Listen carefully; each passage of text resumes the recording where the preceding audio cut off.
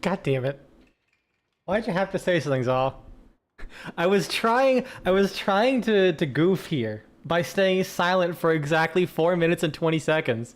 Because I noticed I noticed the calendar in the Warframe ended exactly on 4:20 today, so I just wanted to start the stream just with this angle for exactly 4 minutes and 20 seconds, completely silent. But then you had to say something. Fuck. Anyways, hey, how's it going? It's been a minor fat second. Like that fat second's been losing some weight. Cause fun sleep problem still. I actually have my surgery planned now. Loosely scheduled, so I'll be getting it done next fucking month and I cannot goddamn wait. Oh my god, I'm so exhausted. But I'm feeling okay enough now. No.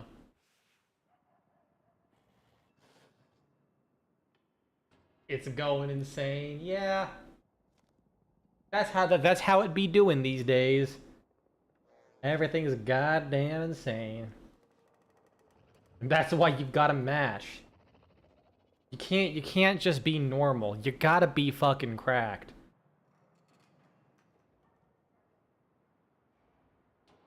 I will still commit to the joke, and at 4 minutes and 20 seconds into the stream, I will actually start doing things.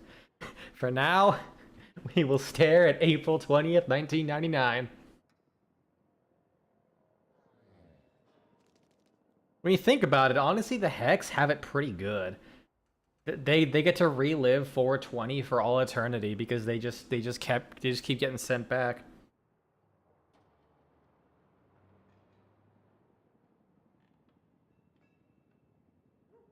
And then smoking that tech rot scuzzy all day, every day. Bro, I don't know when the loops end and the loops begin. We're just riding that high. Don't do drugs, kids. It's not fun. Okay, it's fun, but it's bad for you. Well, it can be. It can also be really bad. It depends on what you're doing. I did edibles once. It was alright. Yeah, it's just like fucking whatever. Like THC stuff.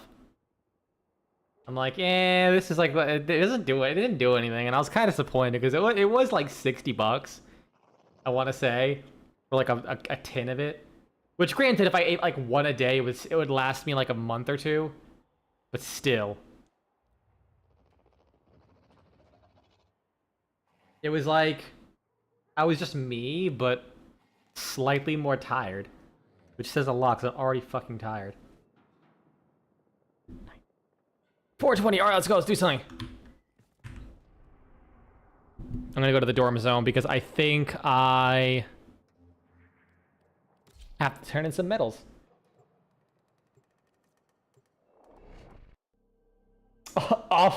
Yeah, I'm off that dinosaur pelvis pack. Those Flintstone gummies be hitting different, man.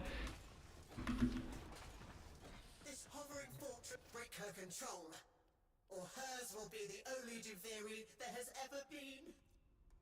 Let's see. Well, I don't have that many. I only have 27. I guess I'll buy one of these. And we are now at the silver trophy. Very well. Do not wander far. You are needed. I'm just gonna refresh the area just to double check.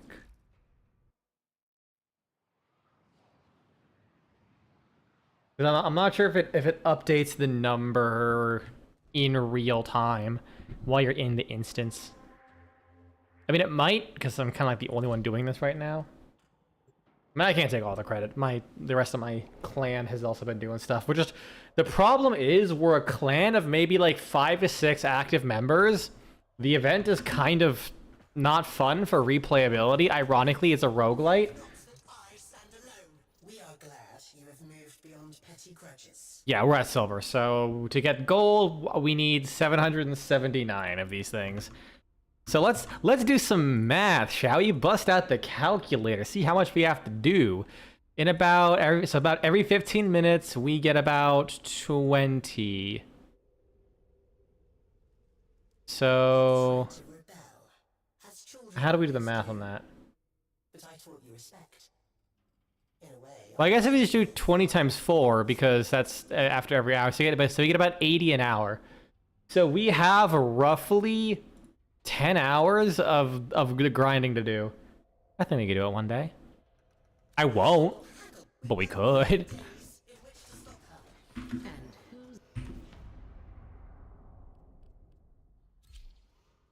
It would actually be pretty busting if I ended up like just busting all this out by the next time I work again.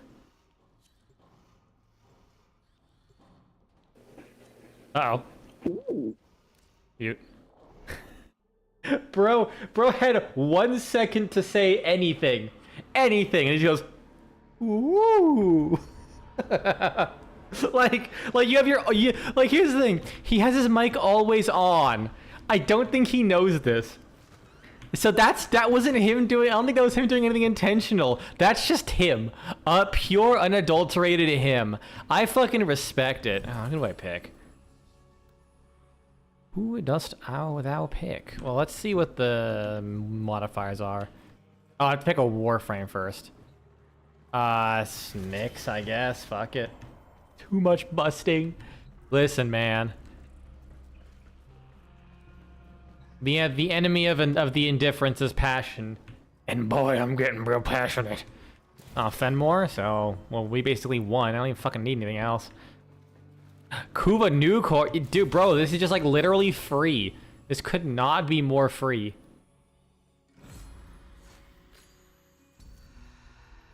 This is encumber. Damn it, I forgot to put enervate on this thing. Shit.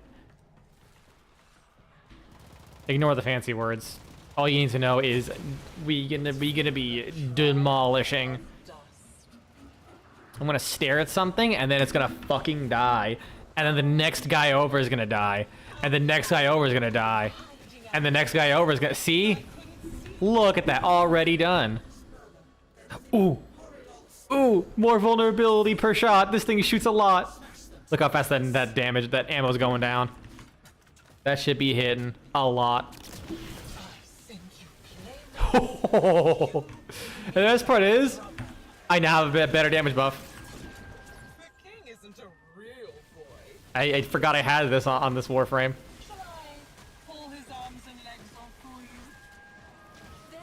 Where are the enemies? Frame drops. I've been playing so much Pal World, dude. I might stream Pal. Like, once I'm done playing Pal World with my friend, I might actually start streaming Pal World. Because, like, Pal World is actually kind of fucking ballin'. It's so stupid and silly and jank. And, like, that's exactly what I love. It's got an idea, and it fucking... goes with it. It was like the first time I played Pal World, so I'm kind of going through my first playthrough with a friend, and then I might stream it on my own to get that single player. Is he struggling? Is he struggling with something?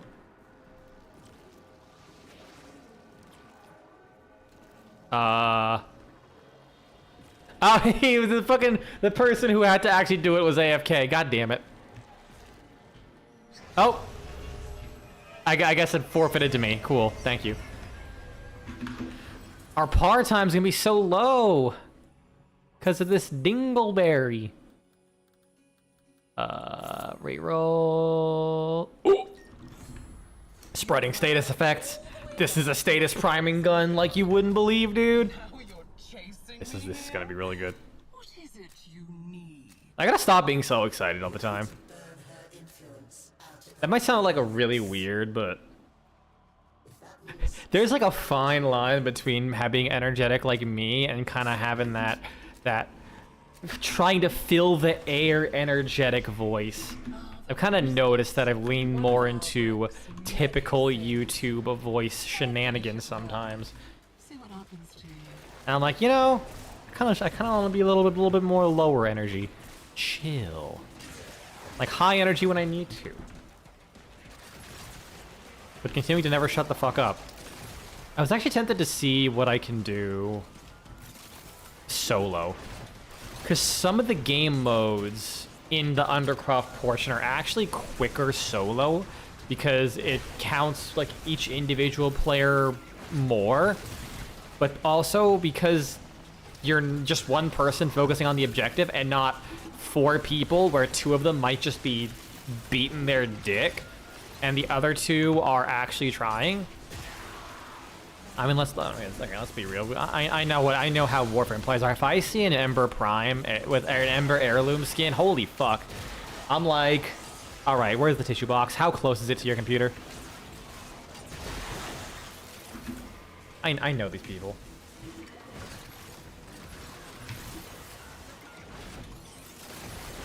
But yeah, it's like way faster to do them solo. And honestly, it's such a low level. I think even if I get a dog shit set of weapons, I'm almost certain I can absolutely demolish regardless.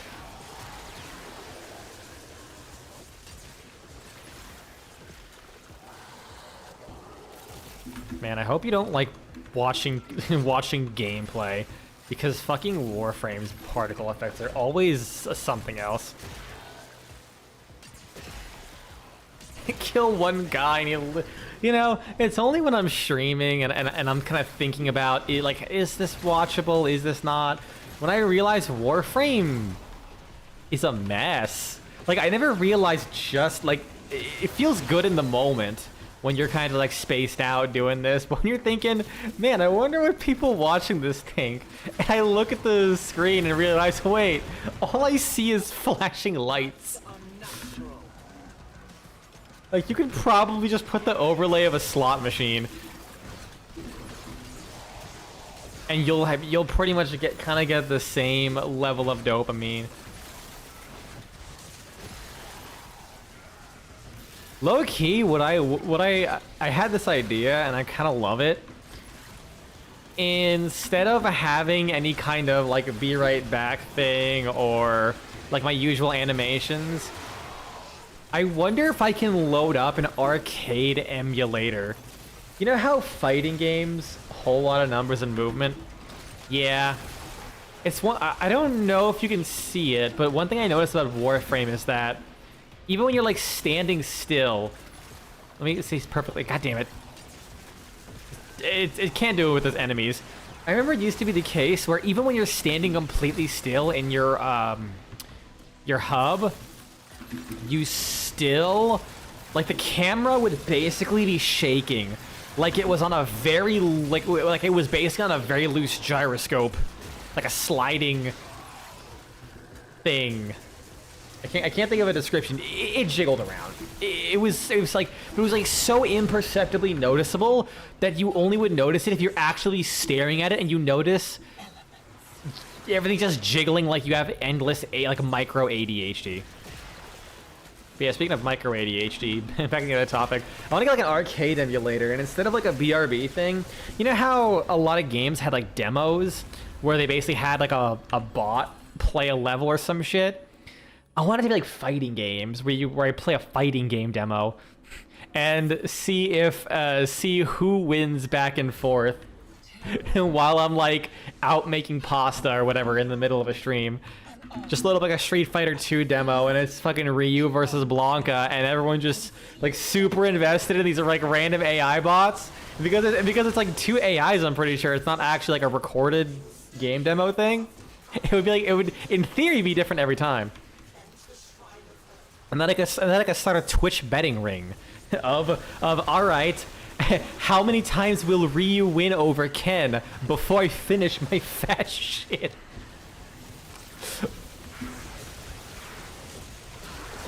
Or making tea, you know, more innocent things. Bzz, bzz, bzz. Stop resisting. I have a taser. Oh, yeah, that's a skin. Well, like I said, beating their meat. That's a skin-colored Korra. Bro walking around in fucking, like, looking like they have an MMO bikini armor. I love it. I love this community. They're creative.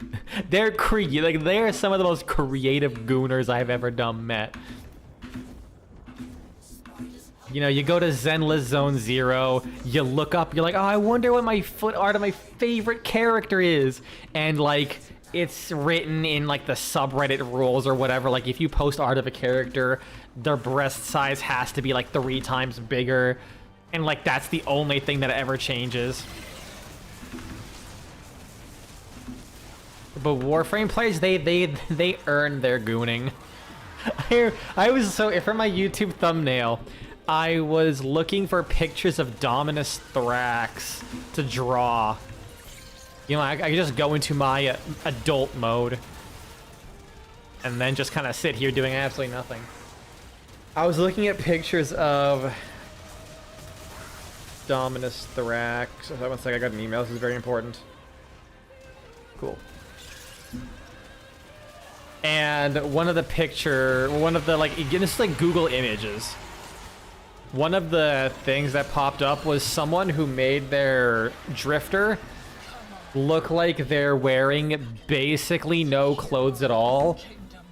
Like they had like a skin colored suit that pretty much looked like they only had like one strip of cloth going down their torso and that was it. And I'm like, that's really creative what they did, because it was like multiple different pieces of armor, clever use of colors and attachments.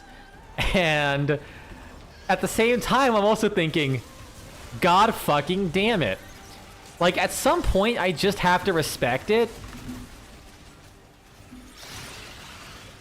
More than I have to be like, man, why are you posting? Like I don't even care if people do it, like at all.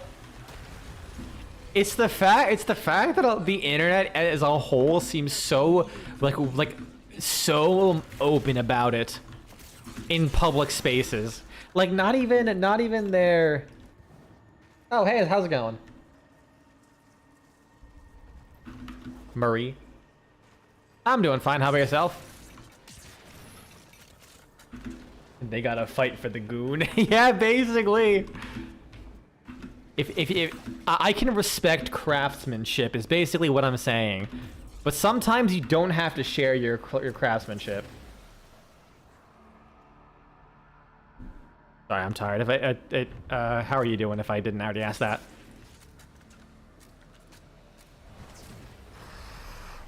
This isn't your undercroft anymore, kiddo. Hit that roar. Creatures are no scorcher. Dab up these enemies. Crush you still. That's good to hear. We stand being good here.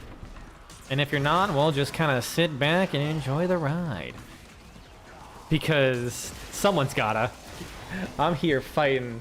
Thank you. I'm here fighting for my goddamn life. Not like in the game, but as far as my attention span goes, because I want that goddamn gold trophy. Why are you not using a face cam in your stream? Because I have a lot more to lose by showing my face than I would to gain. I like my privacy. And personally, I don't like things cluttering up the stream, you know? I just like the game. You get a voice? Plus, I'm gonna be honest with you, like, if you ever seen Disco Elysium, the image of Harry Dubois, and and the expression, what about a VTuber model? I don't like VTubing stuff, personally. Not that I think like VTubers are the scum of the earth. It's just not my thing. I feel like if I'm gonna do something, I would want to do like I see it like practical effects versus CGI. One, it's also I also feel like in the same way as a face cam, I think it's a distraction. I don't think it adds anything, personally. I don't. I mean, I know some people see it as like they have an image to connect with, and I totally get that. I don't like it personally. I don't connect with an image. I'm here for the jokes and the jives. I don't care who you look like, what you wanna represent yourself as. Are you trying to sell me something? I'm not buying.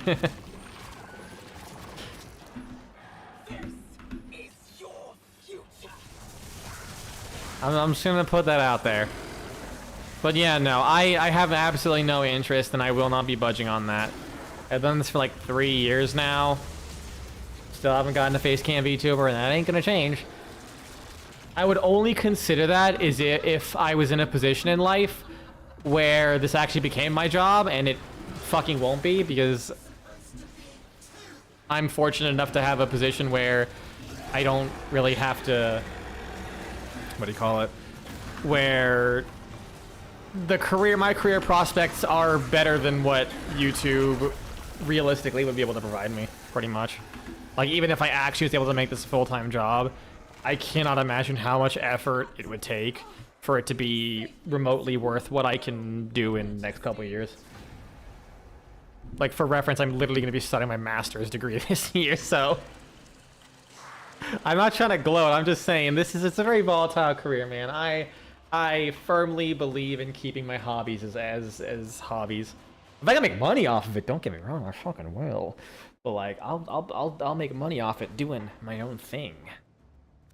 No thumbnails with, like, red pointing arrows. Like you know what I could have done for this stream? I bet I could have said, like, put a picture of Dominus Thrax. A chick flick would be so fun. Hello, tax consumer. It is you. I don't know who you are, but it's you. And no one can take you away from you. Only you can do that. Let's see. Dominus. I'm looking at the page of Dominus Thrax. Like, someone pointed this out, and I fucking hate it. Where is the picture? This is the picture from the event that's running right now, once Google Images wants to load. Okay, it's still gonna be blurry. Why is it a Facebook image? Whatever, I'll save it anyways. Downloads. Actually, I could probably just show you in-game. I just realized that. Oh, you're Za in disguise. Damn, you fucking fooled me. I did not believe you for a single second. Have you ever felt like... Never mind. And now I keep reading your name as Taco. I don't know why. Like the X just complete, like, I think I'm so firmly in the political sphere that I've, like, started to, like, blur out Elon Musk and anything related to him. So, like, the letter X, it doesn't exist to me anymore, man. I just don't see it. Fortress should be mine.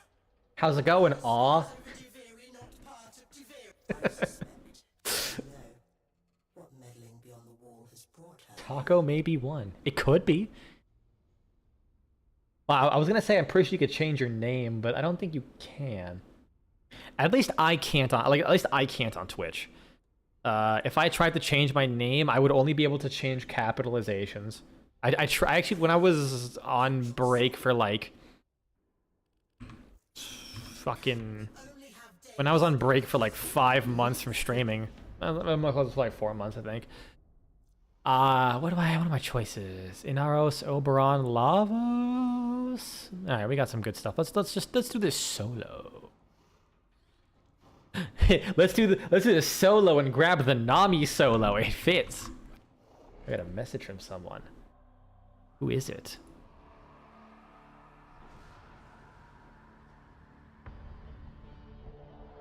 Oh, it's a friend wanting to want me to buy a video game, which is fair enough. Status effects deal double damage. I'm gonna go with that one because status effects are not gonna affect the big targets that it actually matters on. Because I'm gonna grab that Lavosi over here and regret the choices in what I'm talking about. If only I had the Angstrom and Karnan, dude. Then we'd be fucking... I got this though. That's pretty bussin'. What's the build on this? Yes, that's the build. This is like my Heat and Herod build, I think. I think this is actually a damage build. No, it's not. This is the damage build. Why does it not have fire? Oh no, this is like my freezing build. Fuck it, I don't know, man. This has the most damage, I guess. I'll just grab this. I mean, I'm Lavos. I don't have to worry about shit. Okay, maybe I do. Yeah, you know what? It's fine. We're gonna be balling it. The triumph of dust. Oh, I have like no duration. Oh, so no, I have all the duration. Sorry, I had 70 seconds on my Firewalker ability. I have no range. So I found myself a kingdom to Oh, rule. sorry for the flashing there. I had no control of that. Yeah, like, see, if we're in 4 players, we have to do 10 of these things. But with this, I could just go like this. Through Oh, ah, damn it. To find the eyes Come on, come on, come on, come on, come on. Yeah. We're already done. And I think they're also shared. So, like, one person can realistically just look at all the eyes and... Yeah, stop looking at me. I don't like that. Oh, get away. It kind of reminds me of the Psychonauts. There was a thing in Psychonauts. The king isn't a real boy. He's just Where you got... It looked just like this. It was just like an eye. Like a really wrinkly, close-up looking eye. As like a core. And you got a bunch of these like psychic cards that you could like attach to the core, and once it fully maxed out, you're able to use it to upgrade your max HP, I think, or use it to get like skill points or some shit. Like the first Psychonauts. I don't know why that made me dredge up some... I don't want to say how old Psychonauts is. all will be still when Reporting for duty, sir. past. Psychonauts 1 is a 2005 game. My back! My back was already hurting today, man. That gave me a flare up if I ever saw one. Oh yeah, so look at that. I grabbed that one like stream, and it's like 2 of them, and I'm already like completely half full. Big ball. Slurp. Oh, look at that. All right, and then boom, that's one full thing. Because one full of my Vitoplast containment unit. And that's, yeah, well, one full thing is one whole void rupture. Look at that, we're already almost full. Honestly, just because the undercrop stuff takes so fucking long to do, solo might just be the way to go. I guess while I do that, I'll just like kind of like go in circles, grab that.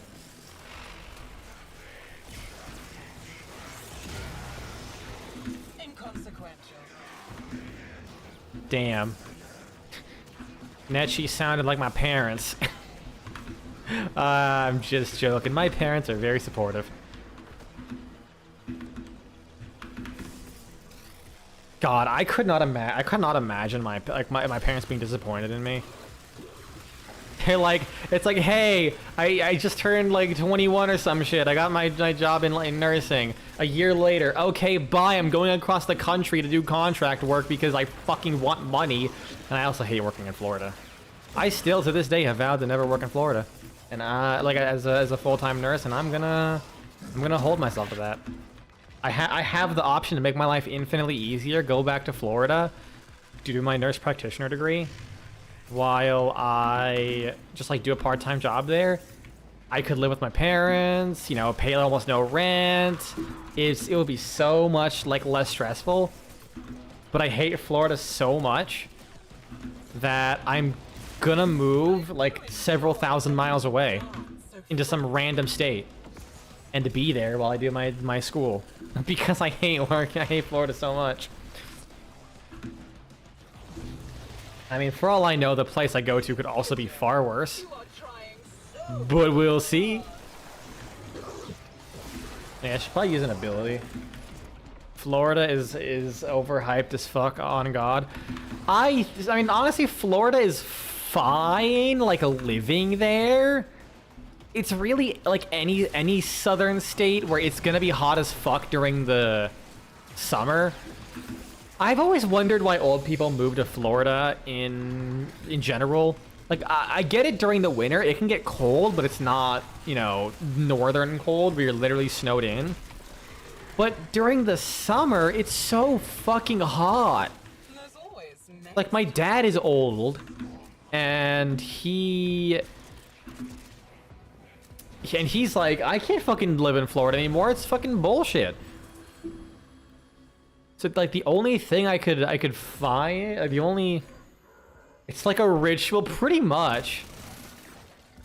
I forget if I coined this or if I heard this. Florida being God's waiting room. how much you love. Because of how many old people just go to Florida. Think what we could do here. It's like... I'm sure there's a lot of media that depicts this. That like it's like this one thing. It's like this one prophecy where, like, groups of people are slowly gonna like. I think it's like Borderlands, where all sirens in Borderlands like by destiny, they somehow end up converging on Pandora, the planet. Oh my god, I'm just gonna fucking dismite you. That actually worked. It's like that, but old people. Like anyone who becomes old, the older you get, the more likely you are to just slowly gravitate to Florida. The only time I felt like it's made sense is the old people who are like, yeah, oh, Jesus, can I melee? Oh, that works.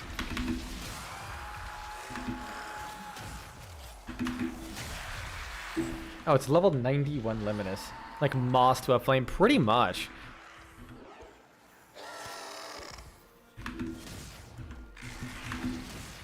Where the fuck are you? Okay, he's dead.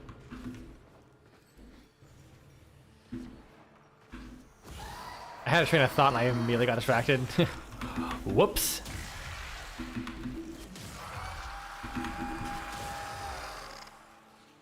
You gonna die?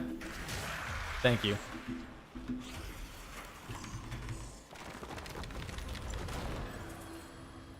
Why do you think Thrax is so scared? And Florida's not overhyped. You're right, it contains all the old people. It's pretty based. Look at it. Oh yeah, no, I remember what I was gonna say. So I think the only thing that really made sense is... Was that Tasoma? No, it's not. Is that Florida is like great during the winter, but it only works if you have a place to go up north during the summer. I've spoken to a number of patients who are like, yeah, during the winter I go to Florida. During the summer I go... what time are we at? It's 8 minutes. Shit, I'm being a bit slow. During the summer, I like they're going to like Vermont or Maine or some shit, and during the winter they go to Florida, which makes sense. But the problem is, who the fuck owns 2 houses these days? Like, I'm sure older people can do that now, but older people in the future are not going to be able to do that. Like the best they can do is if they like end up inheriting their family's house once they pass away. You never could let the past go, could you? But at that point, they're probably just gonna move there, maybe, or sell it. Your Or lover actually, I mean, hopefully do the smart thing and rent it out. can give the dead That's probably what I would do. voice. All you have to do Yeah, is ask. housing markets are fucking brutal right now, man. Like I would consider myself doing pretty decently well off, but I don't think I would ever be able to own a house.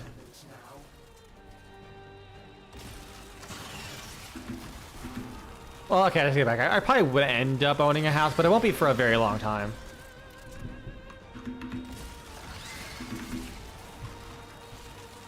I'm frugal enough that I can manage it somehow. You know, I definitely probably bit off more than I can chew with this. Oh, that actually is like way better. Holy shit, that's way better. To be fair, I kind of did have a really bad loadout, I think. And then I'm gonna press the I win button.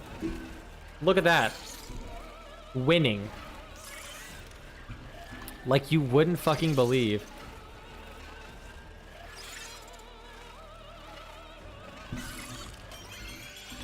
Sorry, I'm messaging someone real quick.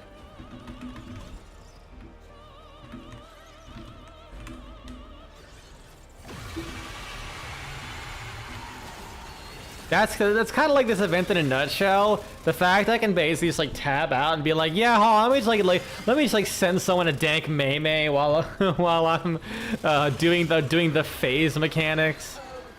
All right, just going back to this. That's a day, guys. You know, just Tormented me.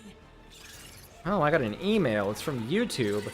It's saying I'm live. I didn't know that. Hey guys, how's it going? Yeah, I get an email every single time I go live with a stream. I need to turn that off because there's no fucking point.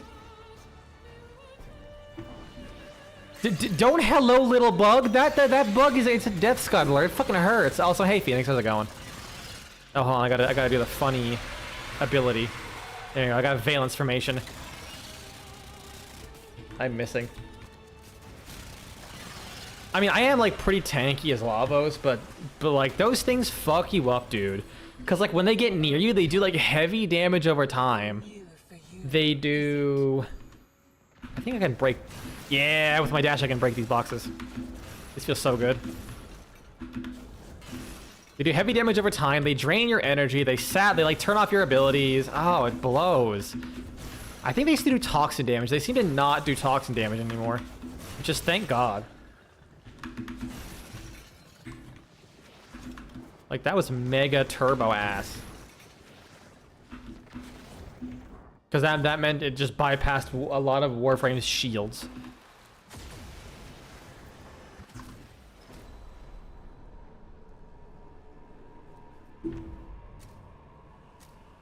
Give it a treat or something. I'll give it exactly 73 treats. Be like, hey, little Death Scuttler, I have a thing for you. Fuck, that man got obliterated. Holy shit. I had a feeling it would kind of do that. But I had only 54 enemies and I could just do this. And like just auto aim everything. Bro. This is gonna be bussin'. Oh, the spawns might be slower. I wonder if Vor will come here. Like the captain, not the fetish. You'll waste your time down here. I forget if he shows up during these missions. Like it would kind of make sense if he's like a product of the void. I think. Then again, like I think with this whole void shenanigans, it does bring up the question what the fuck is up with Captain Vor. Like, it's scared me there for a second. Listen, I was not the one who made a fucking character named Captain Vor. Like, they had an idea, and I'm not sure if it was a good one. Okay, Vor does not show up here. Both Captain and the fetish. Good.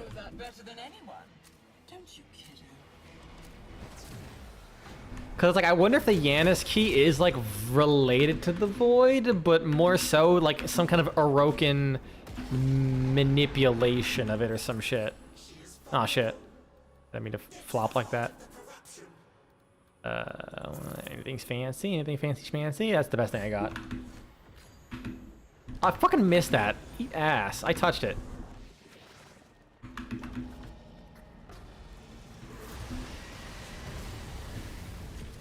Alright, gonna press the funny button. This place is mine. Yeah. It only exists because of me. That means I get to keep it. I forget how loud she gets. She is such an angry boy. Angry girl.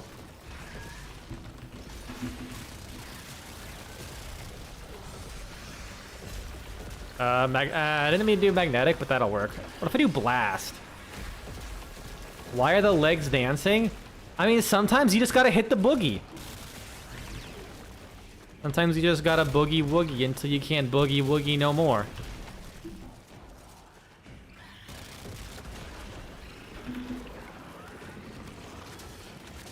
It's okay, you're in the right chat. I do spelling mistakes like that all the time.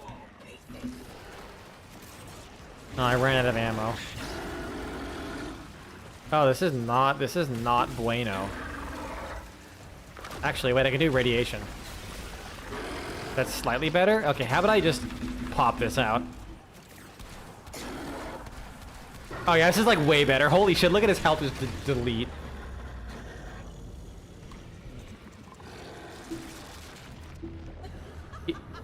See, I think it's my drip doing more damage. Oh fuck, I'm just too dripped out.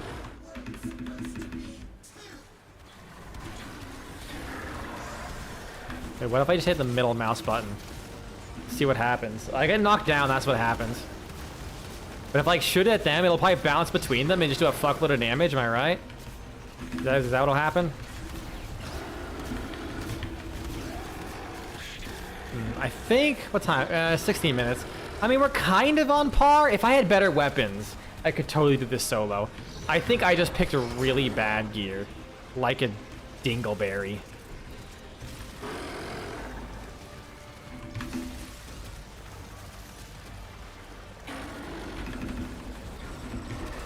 Sorry, I gotta stare at the floor so I can like ram my head into it to buff myself.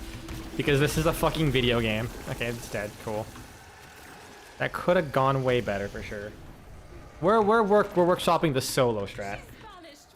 I did overestimate how much damage I was actually doing with this build.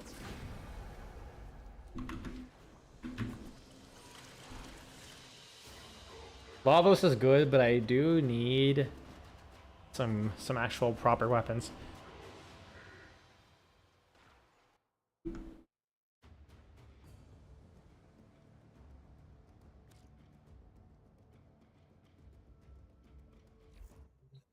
All right, what are we looking at as far as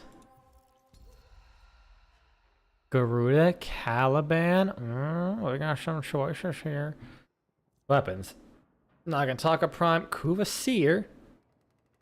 Nice. Okay. Like not the bestest. I think I can manage with the Kuvasir. It's just that the ammo is going to be a problem. But if I take Wukong, probably.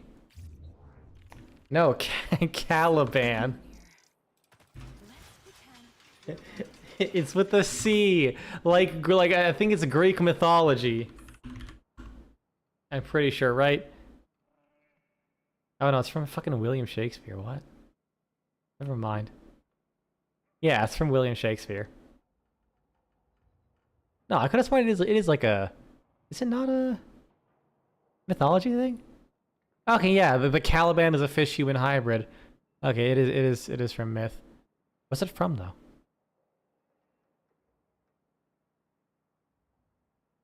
Ah, whatever.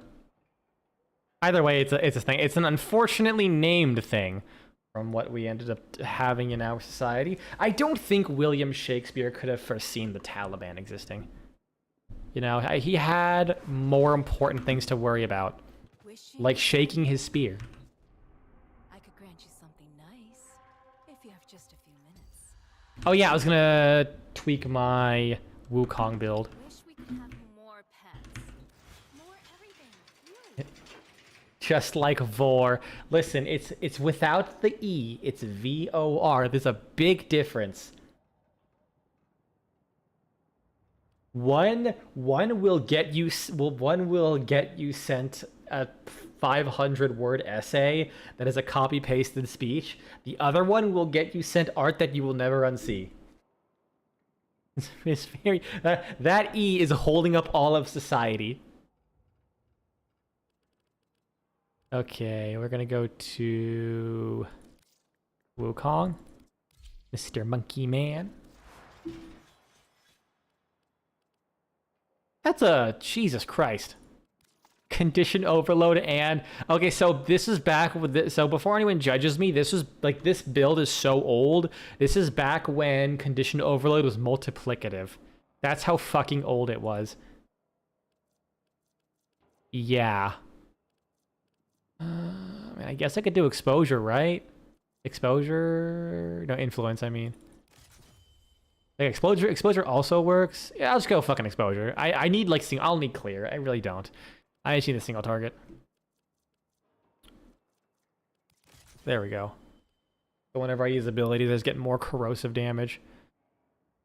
Yeah, I mean that's fine. I think. Oh, why don't I have crit? Man, what am I cooking? I don't think I was cooking here, dude. Galvanized steel. And Blood Rush. Yeah, that's good. And the crit damage, I get the crit chance. Nice. Nice. They gave him a butthole. That is all.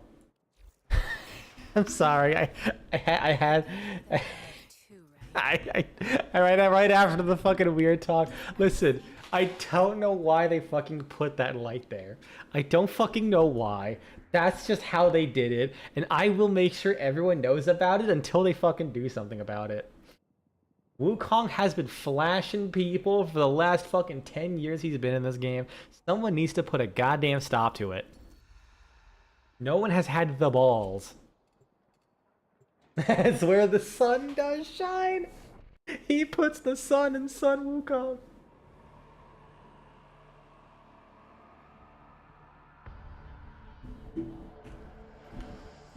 Also, I made him look like a watermelon. Like that, like you're wondering what the fuck these colors are. It's watermelon. That's literally it. All right, it should hopefully be better. I got the Skiajati because I think that's the best one I had.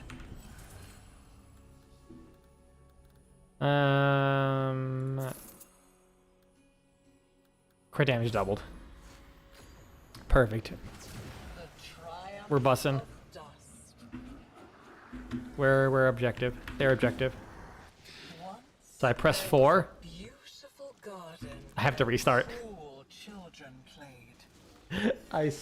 I replaced his 4th ability with the go faster button. Holy shit, how old is this build? Well, actually, I guess it's not that old because the Subsumes was a pretty recent addition. But like, oh my god, really? Why do I have base what was I cooking? I think this is a Cloud Walker build, right? To like speedrun everything. That's all I can say. Okay, this is the good shit. Jesus Christ, why did I have no... What am I doing with this? Why do I have no aura? Wait, is that how old this build is? Wait, no, auras existed. No, it did. I think I literally just leveled Wukong up and I never touched him again. Grow the power. Okay, I will go with efficiency, multi-efficiency, and then I will go with energize. Just cause fuck it. Then I'm gonna add duration. I don't think I need range at all. Yeah, I don't fucking need range on his abilities. So then I can put on primed continuity. So now it only costs 4 energy a second. Okay, that's really good. Yeah, I think that's fine.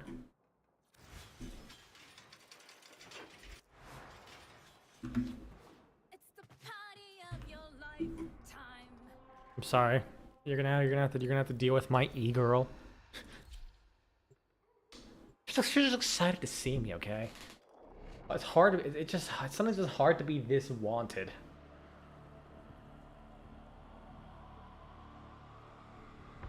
First the e-thought, then the $20,000 bounty.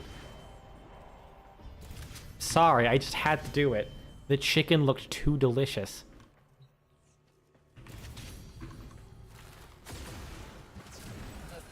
Alright. It's the same mod, so crit damage doubled. Once there was a beautiful garden where cruel children played. Nobody ever had. Okay, then I pressed the 4 button. And then Wait a second, I motherfucking piece of ass. I did the thing again, where I didn't actually change the loadout. But I don't think we're gonna be getting to max rank. I think like this 10 hours is looking more like 20 at this rate, dude. I think we're fucking screwed. Okay, I believe in us. Every second we spend setting ourselves up for success is 2 seconds we will then save.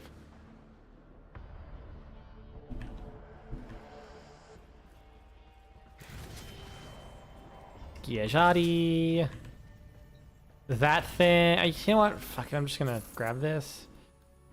And then just go through the. No! I hit it again! Dude, you have no idea how fucking tired I am. You have no fucking idea how tired I am. This is the real 1999. It's gonna be an endless loop. I think dogs say slurs 100%. Nah, you're totally right, dude. I've heard some fucking vile things from dogs. Chick flick would be so fun. Amir can come too. When they said woof, I was like, sir, you can't just say that. I mean, you're in our house, but if you had a Twitter, you would get canceled so fucking hard. Especially Huskies. Oh my god. Okay, I'm gonna hit Q. Then I'm gonna change loadout. There. I did it. You also think your dog is a racist? She hates other black dogs? Well, I'm sorry. You're you're trying to put them down. We have to cancel them from life. The triumph of dust. It's the only way. There is room for no other interpretations. Beautiful garden where cruel children played. Nobody Yoink. ever had to grow up. And where's that here? Then, one day, Is there one in here? a magical Nope. stranger came But to I can do this. them a new and fabulous Tasoma? game. Yoink. And yoink. We're done. Peace. Gain Dan. Here, melee attacks that fire. Don't worry, she gets beaten by her sister. See, racism never prevails. The king isn't a real Money does. So if you have money and racism, oh, yeah, you can do whatever you want, really. We need to cut this whole embodiment of Jiveri loose. All right, press 4. Pull out big stick energy. I guess it's actually just an energy big stick, but that's less funny. I thrive on nothingness. Reminds me. You choke on it. When Maple Story 2 came out, I actually I loved the player moderators censoring people's names, because when people could like put pretty much any name they wanted, I think, and if it wasn't like outright offensive, just like a little inappropriate, they would actually edit your name without telling you, and they would make like a joke about it. I remember someone posted they named their character Big Dick Energy, and one of the player moderators renamed it to Small Stick Power, and I thought that was fucking funny. It was like, all right, that's pretty good. You got him there. I forget the other ones because Maple Story 2 is like literally 17 years ago. I mean, it wasn't, but it basically was. That game was such a... Oof. Like, as a social experience, there's something about... There's something about MMOs, not MMOs, but like big games at the very start when everyone's fresh to it and just kind of like vibing before the tryhard sweats come in, versus like later in its life, because like genuinely BattleBit Remastered, Maple Story 2 were like two examples of really fucking good games that like the community set the tone hella well for that game, and it stuck around for a while. But then once like, you know, the normies left and people were there like not just have fun but like actually try like really hard and, you know, get really good at the game. I'm not even calling them like sweats, but like people who like they were there to win. You know, people are competitive. That's totally fine. But I feel like the city is draining way more energy than it feels like. I think it should be draining way less. This does not feel like 4, but I guess it is.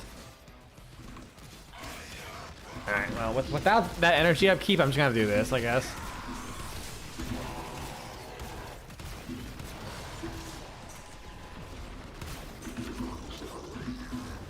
Yeah, like it just gets to be a different vibe, and it's like often no longer as fun. Like, it was so fun watching, because in Maple Story 2, you could... Okay, cool, I got this. In Maple Story 2, you... Oh yeah, right, have the Celestial Twin. I got a message. Who's it from? It's just my family. It can wait, I have more important matters. And by that I mean I am reading this text right now.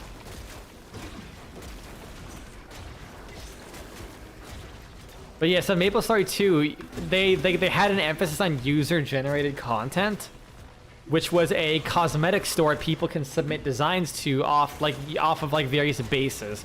Like basically you had a super basic model and you textured it yourself.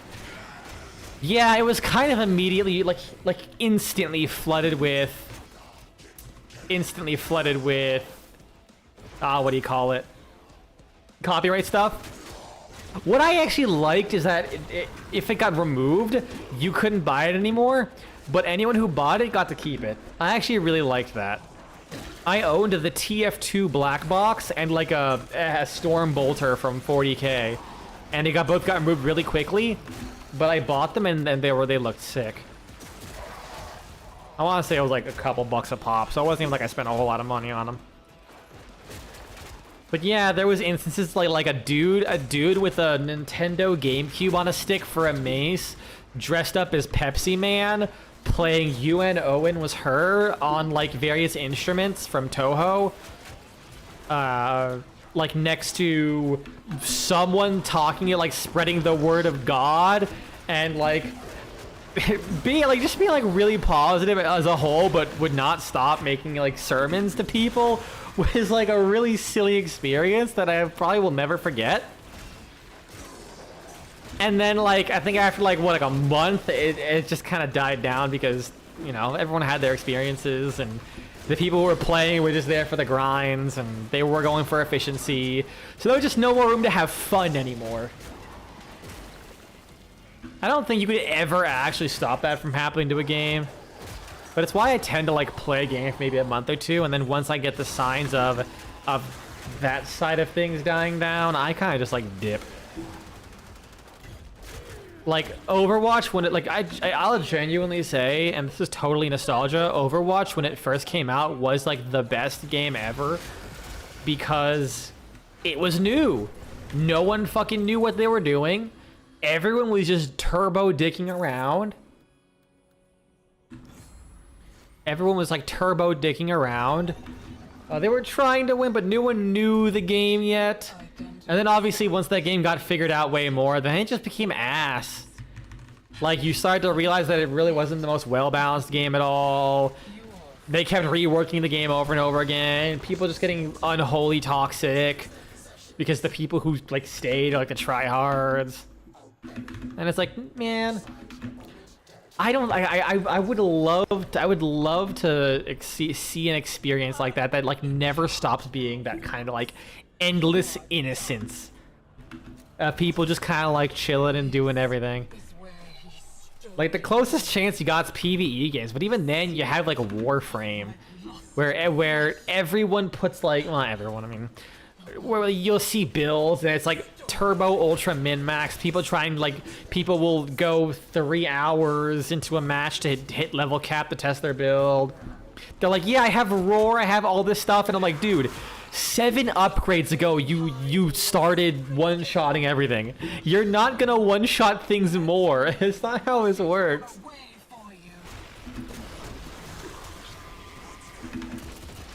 Nope. There we go. Yeah, I gotta pop my inner monkey and throw it at people. That's my completely random rant on how lovely a lot of games are on launch. You are trying so hard. It's honestly liberating not being tied to like the FOMO of sticking with the game and seeing how it evolves or whatever. I used to be like that. Now I'm just kind of like, man, I'll enjoy it like when it comes out, and kind of once that initial magic gets lost, I'm good. Like when I went back to play Overwatch, I will admit I did stop because I'm garbage at the game, but also that kind of goes into, I fucking haven't played Overwatch in years. The game's changed so much. It's not what I liked anymore. And also a lot of the baseline of skill in that game is so much higher. Like not even in Overwatch specifically, but like honestly, people these days have just gotten really cracked in multiplayer shooters. Overwatch 1 is like 10 years old now? Yeah, it's gonna be 10 years old next year. So, like, multiplayer games have gotten so much more serious in those 10 years. You dance so frantically. Like, goddamn. I remember there being like a lot of arguments between like removing the in Overwatch at launch you can pick 6 of the same characters, and there was still argument about that, like, oh, this is fun, let's keep this, or like TF2's random crits. There's still debates arguably about, like, you still have that really, like, you know what, TF2 is actually kind of a good example. Like, you still regularly see people who are absolutely fucking clueless about TF2, and it's, like, super hilarious and innocent. And because Team Fortress 2 is, like, a competitive game, quote unquote, like, it allows the really, like, innocent people to keep doing their thing and still actually get away with it and continue to, like, not learn and have to take the game seriously. Man, why is Team Fortress 2 the single best game ever made? I don't play it much these days. I do want to. I take long breaks from it. But all I'm gonna say is when I do get around to making a Team Fortress 2 video, it's gonna be, I'm gonna put effort into it. I'm like I don't have to put effort into everything, but like I'm gonna dig with that video. Just kind of like go to the deepest reaches of my mind and analyze, like try and analyze what truly makes TF2 special. And I ultimately think it's like the TF2 is designed to be like it's a competition, but it's not hyper competitive. Like, obviously you're like, the objective is a suggestion. It's a funnel. And the rest of the game is there for you to have fun with.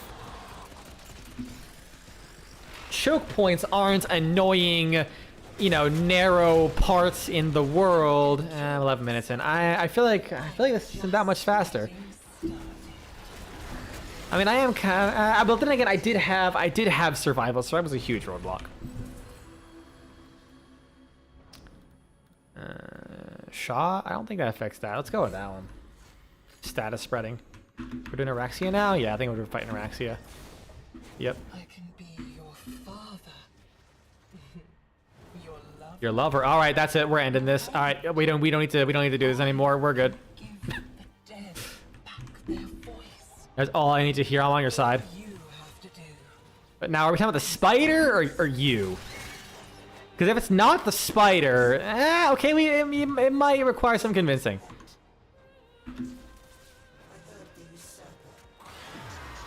That was damage. Holy shit.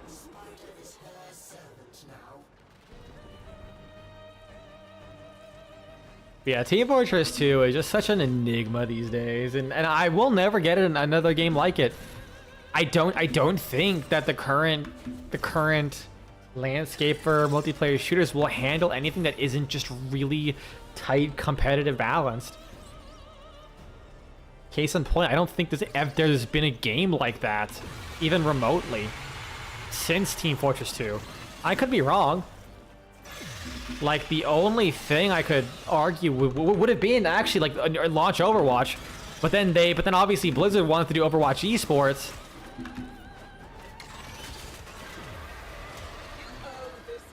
And the game started getting really like competitive. I mean, the community was already kind of going that way, to be fair. But that's like, you had Overwatch, then you had fucking Rainbow Six, and CSGO is also getting big around that time too. It's really hard to not look at CSGO as like a big factor in people focusing on the hyper competitiveness in everything. Even a game is like ridiculously hard to balance as Overwatch, where you have like all these characters with different aspects to it, versus CSGO, where it's like, I have gun. Here is balance, gun, and map, and I mean that's reductive. Yes, I can't hit her. There we go. Ow, I'm being hurt. God, I can heal myself. But yeah, it's like the 12v12 nature of Team Fortress 2. You have 12 people on each team. And honestly, like some of the combinations are so fucking overpowered that 3 people coordinating can like beat an entire team of not very well coordinated people. But finding 3 people to coordinate with each other when there's like really high risk in that because you need to have like someone who's good at dealing damage. You need to have someone who what's things I can get. Okay, you need to have someone who can like build their uber charge and not die, which can take like at minimum 40 seconds, which can be a long time in that game, especially when you can kind of get like hit with a random crit and just fucking eat shit.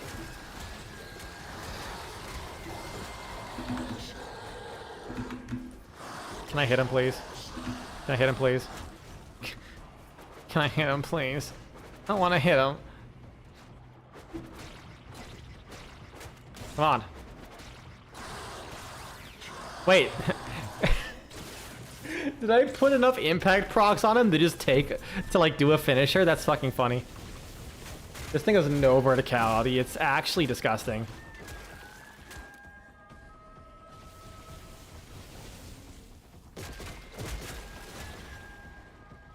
Bro fucking doing the equivalent of yodeling. You're like yodeling while whistling. The way he's like changing notes on a fucking dime like that.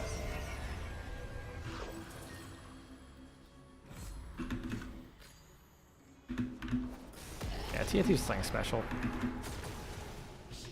I'm totally fine with that being like the last competitive shooter I really play.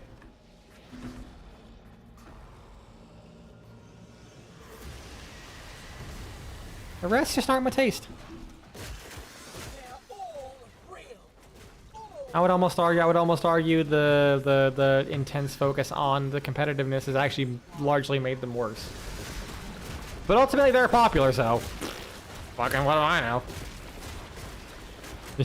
I'm sitting here playing Warframe. Like, to me, this is like hyper stimulating gameplay. So I definitely have opinions that should not be shared with the general populace.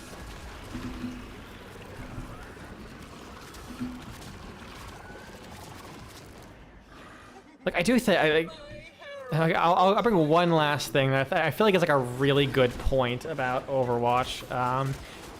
What I do understand about Overwatch is that, in general, well, I feel like all of the characters lost their flavor as the game went on.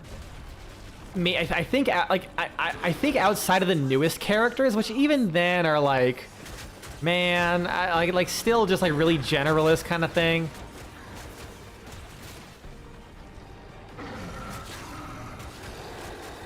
Oh no, I died again. What a world. I'm just hoping I roll the one where you become invincible for like 20 seconds. But yeah, I feel like a lot of the characters have really lost their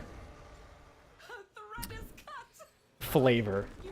And to me, that's kind of like the biggest part of it. Like, I really want to play Torbjorn because I love turret characters. It's really fun. And then some of the changes they've made over the years, I get, like the turret automatically building itself rather than it being TF2 engineer where you have to go like, boom, boom, boom, just like sit there hitting your sentry gun. But like running through the battlefield, grabbing scrap to armor up your teammates, having a really fucking annoying sentry gun in the back, even if you as a character are like a little bit weaker. Like that like I really like that. And then I think Torbjorn now he's just a fucking tanky brawler. Like he's got like a wide hitbox, but he's a lot of HP. He has armor. He has an ability that gives him overhealth and makes him faster, shoot faster, and all that kind of stuff. His guns are like way easier to use. I think he does more damage too because it's like faster. It shoots faster, and the projectile's faster. And like the projectile's bigger too, I think. So now he's just kind of like he's just a regular DPS, but he also has his turrets that can help shut down flankers. Which is like, I mean, that's fine. I still think it works. They just don't hit as hard. Or Reinhardt. Oh, poor Reinhardt. I don't know, man. Reinhardt just does not feel like the anchor of a team anymore. That shield just fucking gets deleted, and it's still fun to play, but sometimes you just feel like you're doing fucking nothing.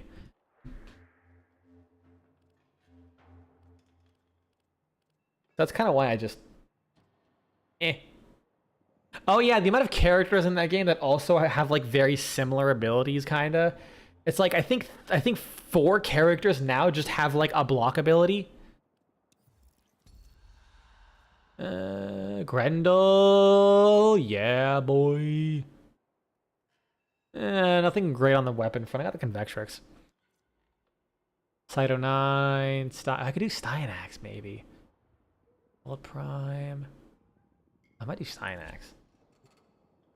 That could potentially be Poggers.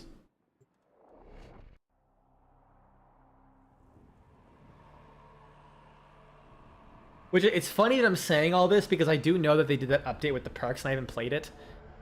I still, it's just kind of Overwatch. It's better Overwatch. I did enjoy it, but I don't know. I don't have a desire to play that game too much more. Maybe someday. But I have so much on my plate.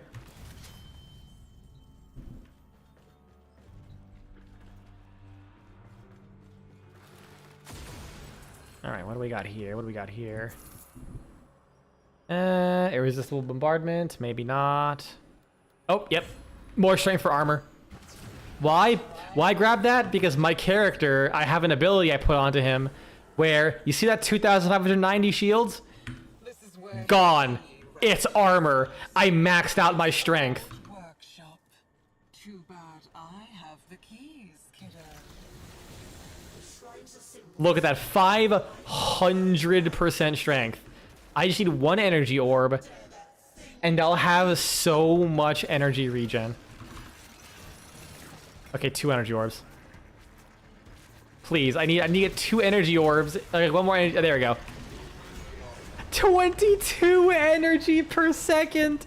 My brother in Christ.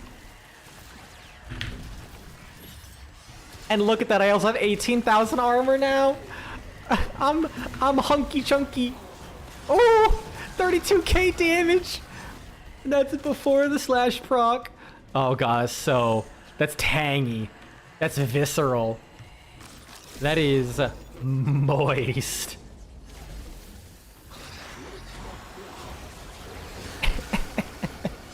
Ah. But yeah, a lot of characters in that game have like similar abilities here and there. They still feel as unique. It's like Doomfist was basically a fucking fighting game character with the crazy shit you can do with his abilities, and now he's like a punch bot.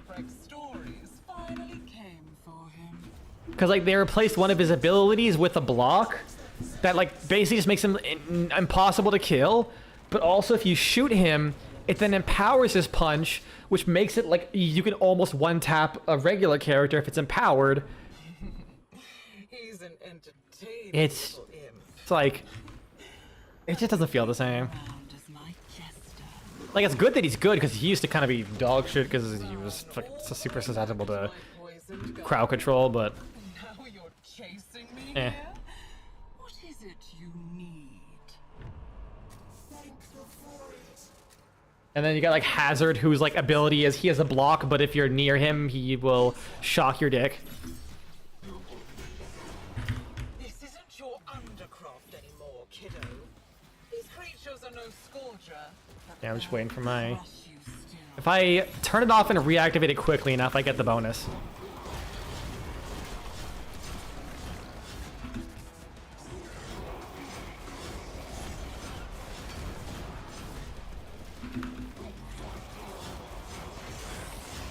I'm trying really hard not to keep ranting about Overwatch.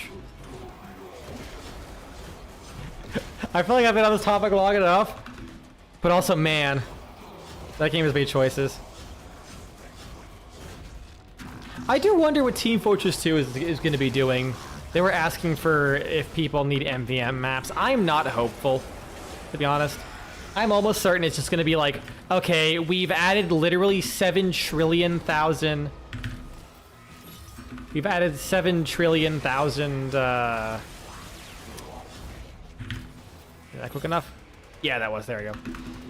Regular maps. Now let's start adding MVM maps, and then they're probably just gonna like recycle the rewards from other campaigns. So if you want Australians, you don't have to run the same 2 missions over and over again. Just like kind of wild they never did that, because people have been making custom MVM campaigns for a while. And Valve has been officially endorsing them too. Like, that's what gets me. Like, at some point, why not just bring those guys in? Just accept their maps and just add them to base MVM and give them some random rewards. Because, yeah, like, what Team Fortress 2 does is they'll be like, hey, these guys from, like, potatoes.tf are, like, running a charity. Fucking go support them. You know, you play this, if you donate $5 and play their campaign, you can get these badges. Like, they add new badges to the game specifically for that. So there is, like, effort being put in. But no, they just haven't done anything. And, like, I get it. Honestly, Team Fortress 2 is, like, it is done. Team Fortress 2 is effectively done. And it sucks that they just can't admit it. I've always wondered why, but then I remember, but I do believe Zesty Jesus, a TF2 YouTube guy, made a very good point in that if Valve if Valve actively shuts down TF2, or say they're just not working on it, and the value of that market goes down because there's nothing new going to be adding to it, that would have massive repercussions for their other games. And I think that's actually a very good point. Only a few pages left, kiddo. And the book. Like, TF2 is basically that piece of code that someone wrote like 20 years ago that no one can change or do anything about, that is slowly rotting the entire system. But if you even touch it, the entire thing comes down and you don't know why. He did what he took. That's Team Fortress 2.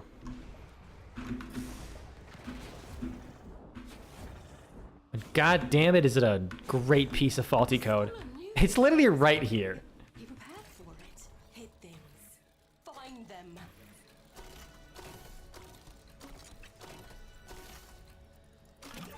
My favorite hacking minigame. It's just like pleasant. It's got good sound effects. I love the little like musical chimes. It's got a fun mechanic. It's like, honestly, there's almost nothing wrong with it. You have like a way to speed it up if you're feeling daring. Nobody's listening. I'll reroll again. You want to deny me? I guess abilities when I cast. Even here, in the remains of your childhood. Bitch it. Not very nice of you, kiddo. Gotta wait for my energy to go up. Boost that up. I had to do a very specific buffing order for this to work.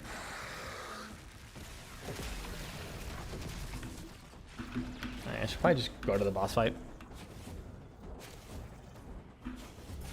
Yeah, man. Thanks for stopping by, as always. I really appreciate it.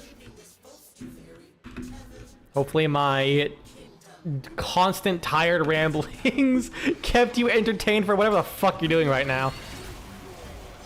Oh! You will be back? I'll be going until 7 o'clock, so 2 more hours. Unless I get super ultra mega tired. Okay, saying that just reminded me of the longest word in the English dictionary. Super ultra numo. Fuck it. You're in for the talks. Good. That's what I like to hear. I'm trying to just think of if I can remember this middle school word.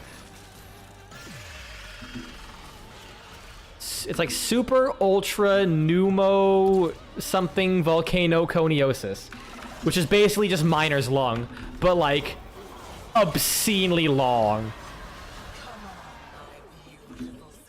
Oh god damn it! I walked into a spider as it fell. For me, and I will feed you as your old master never did. 21 energy per second, dog. That shit's so wild. And wait, does it only spawn 1 death scuttler per player? That's bussin'.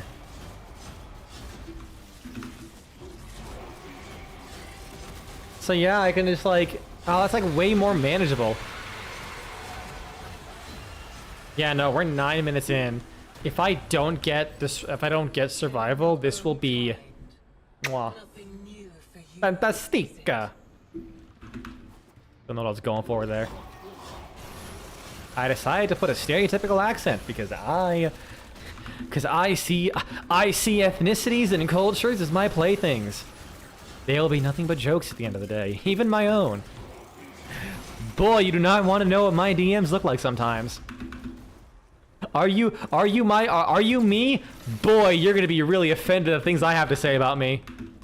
It's like my favorite part. I love it when cultures like adopt slurs and stereotypes as like in jokes at that point. Cause it's like, yeah, you used it to insult us, but we don't fucking care. We're gonna use it back at ourselves now. What are you gonna do? Now you have, see, you spent all this time being angry, and now we're just gonna take it, 0 effort on us, and have fun with it. Now you have to spend more of your energy being upsetty spaghetti. A big old meanie linguini. Oh, we're just having a good old time.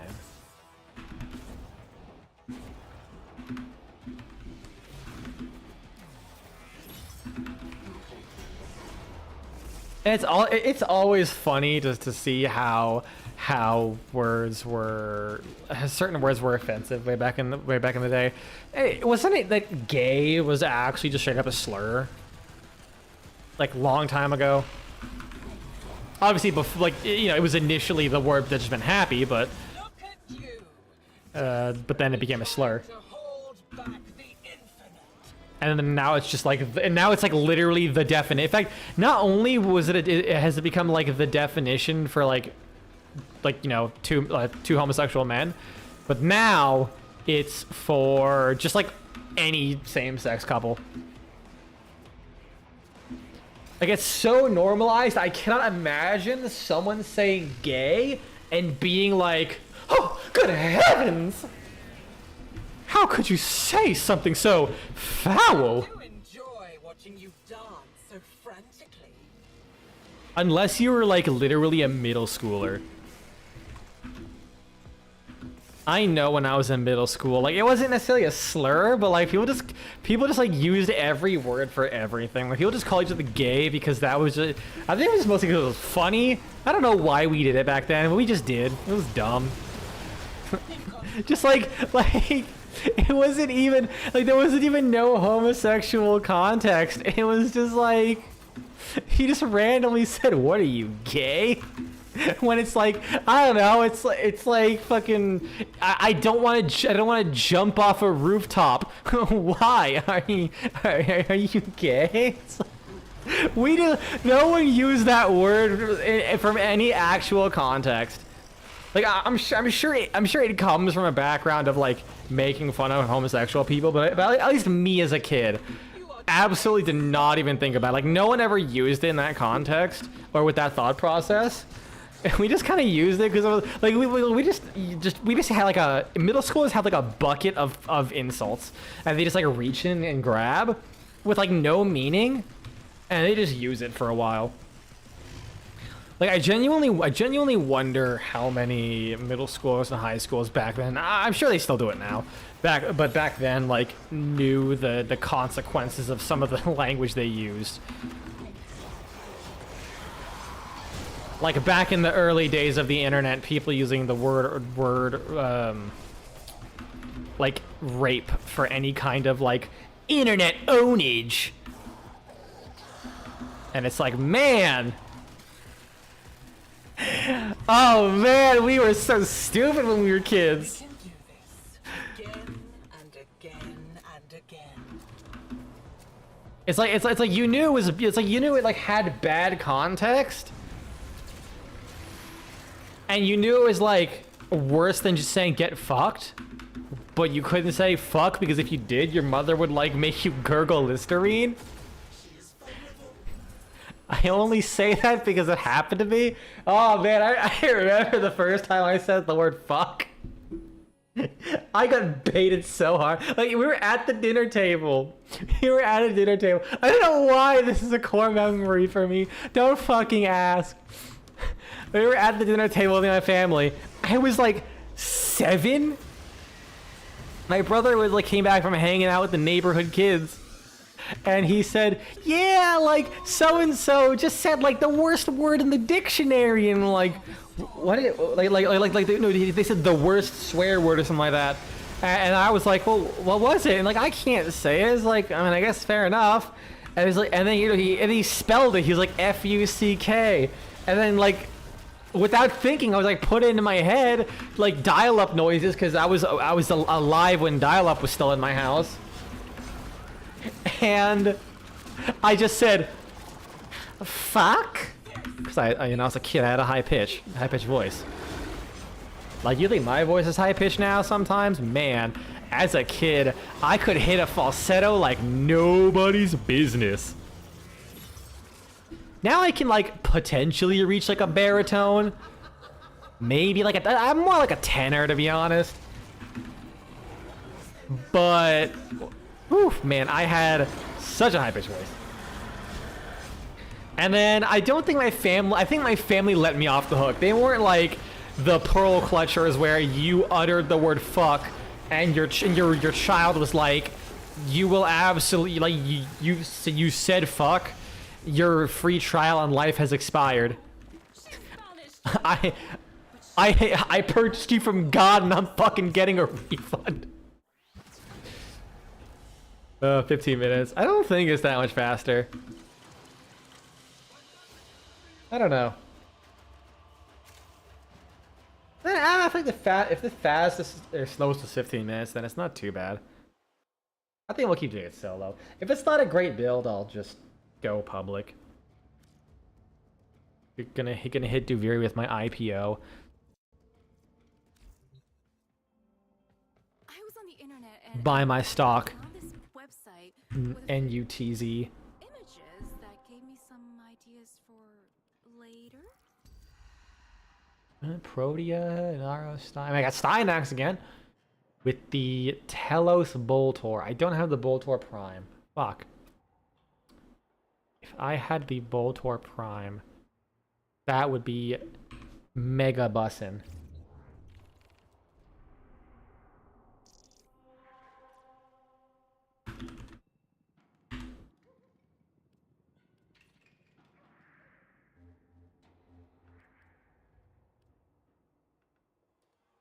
Chrysalith. Fuck. I will step away for 2 seconds. I'm gonna check on my beverage that's probably... brain died. Frozen.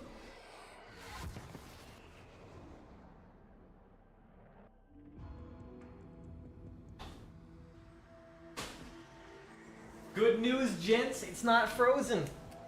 Okay, well, the top of it is. A little bit. It got stuck. I'm gonna make some soda. Be right back.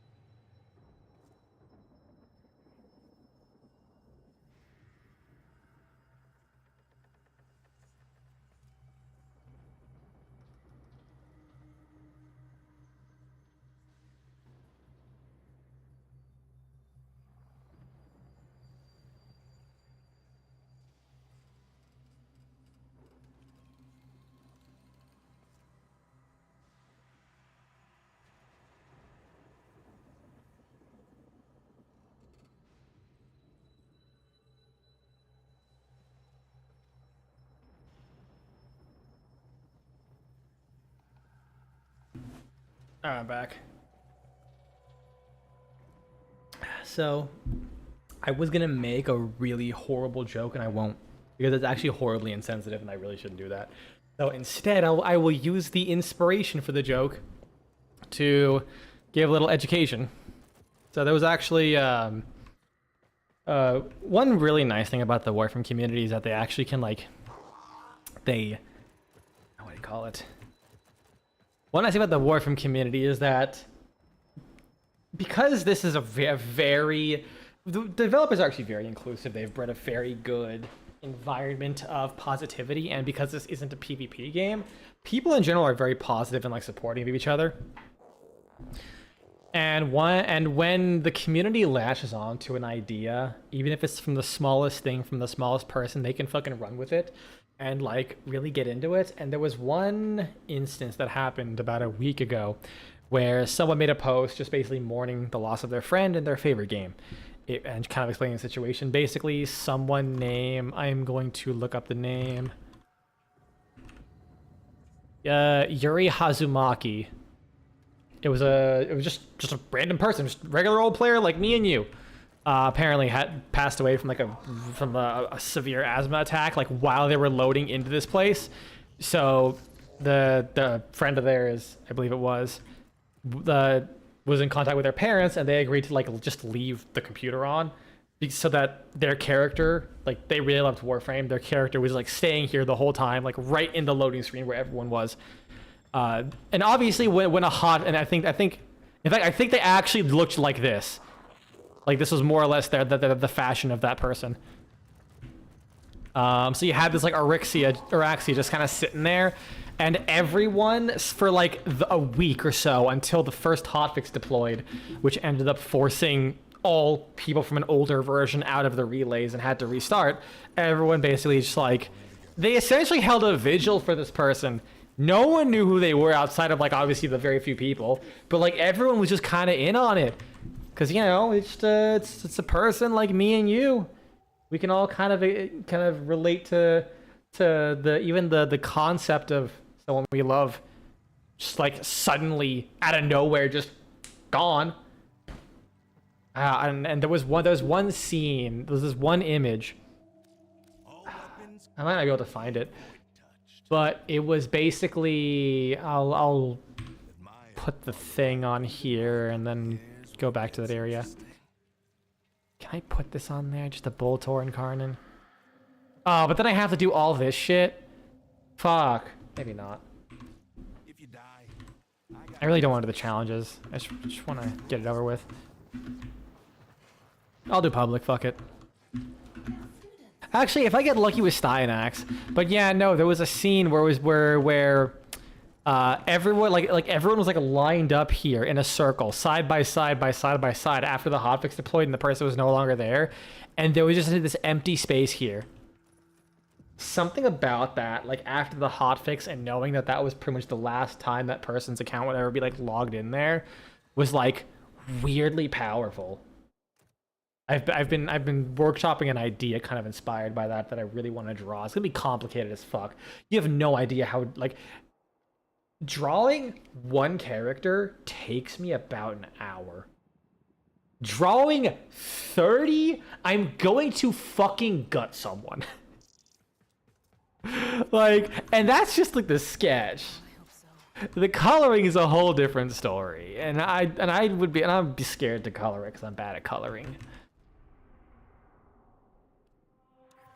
But yeah, it was it was one of those cases where the context absolutely elevates a pretty simple image.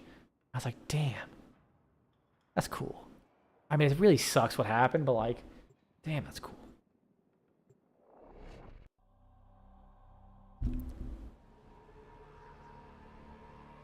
I'm a jokester. I like dark humor, but obviously, I usually don't make that much dark humor. I'm totally willing to be receptive to dark humor from chat, because if you guys want to get canceled because you went a little too far, that's totally up to you. I'm good.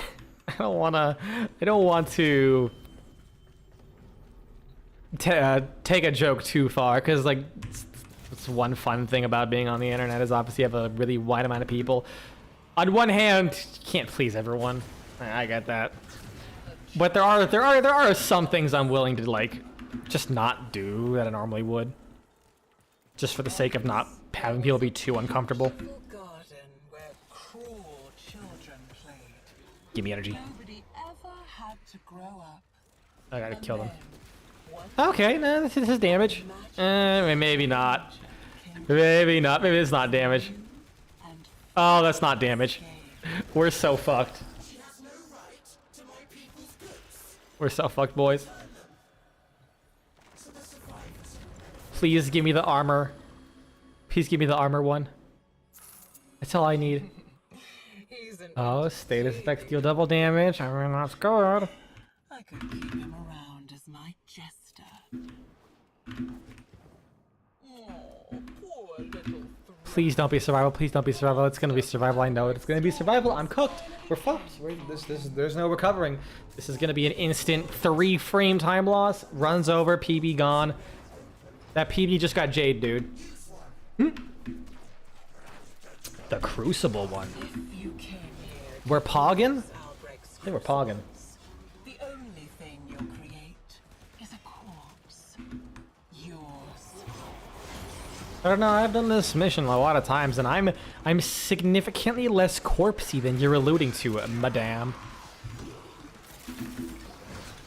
Oh, that was not the right element. Like, it would make sense if there actually was a fail state. Like, every time this game mode is brought up, they make it sound like there is some kind of fail state. What are those things entering my body when I kill things? Oh, is it like the XP for the Syndicate weapon? Or some shit?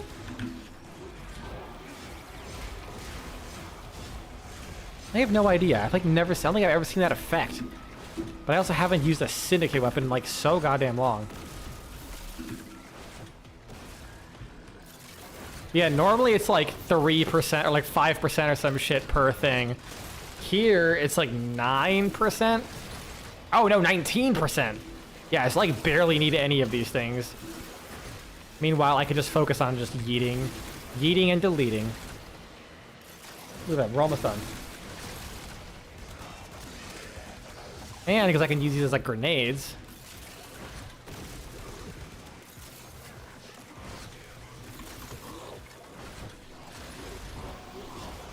Makes it go by a lot faster.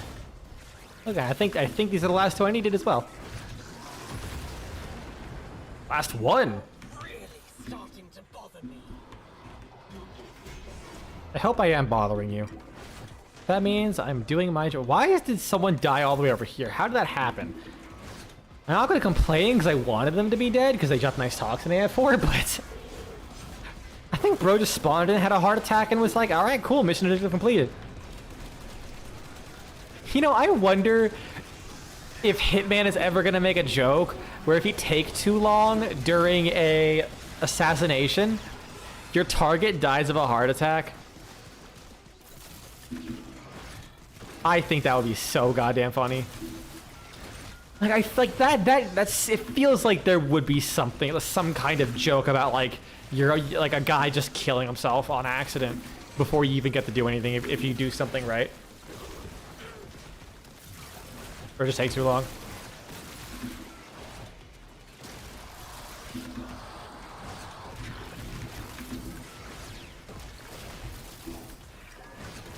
One of these days I'm gonna go back to play Hitman. I played most of the first Hitman reboot. The first World of Assassination Hitman. I never played 2 or 3. Despite how much I loved it, I just never got around to it. And especially because I heard the Hitman VR is actually pretty solid. I would love to try that. Although I'm gonna be giving my partner back the VR kit. Because I want to try some other stuff, and I still haven't used it, so I'm like, alright, fair enough. My problem with Hitman is that I played it in like the wrongest way possible. Made a mess of those elements. A shameful mess.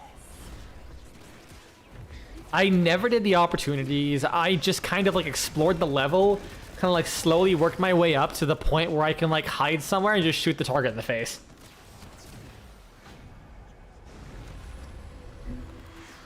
I don't know why. It feels like those games are too open, and for something in my head is telling me, no, don't do the opportunities. Ran all the way back to my poisoned garden. Don't do the opportunities Now you're chasing because it's like too railroady. it you need.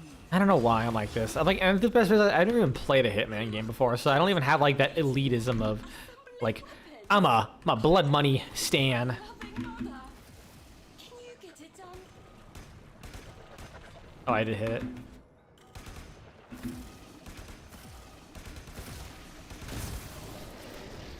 I mean, okay, I did play Blood Money, but I never really got past the first level. Because, you know, I was -2 when it came out. What weapons will you use against the sorrows you refuse to face? Alcohol? That don't. I see it's little some of the dark jokes. A hand No, don't drink to hide your problems away. It sucks. and taking, and see what grins back at you. When you drink alcohol, you borrow happiness from tomorrow, from the future. But the problem is you're already not happy, well, you're going into fucking happy debt, and that shit catches up with you. You always got to pay your debt. Does not matter whether it's physical or monetary or emotional. That debt gets repaid. Why the fuck am I getting random flowers?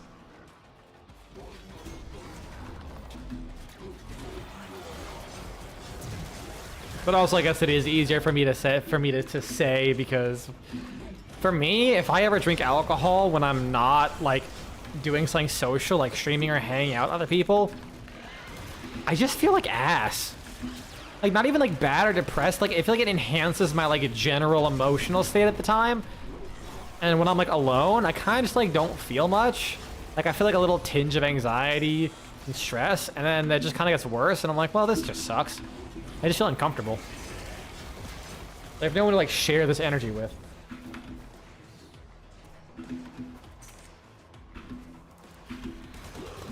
Oh boy, I really just skating by with this damage.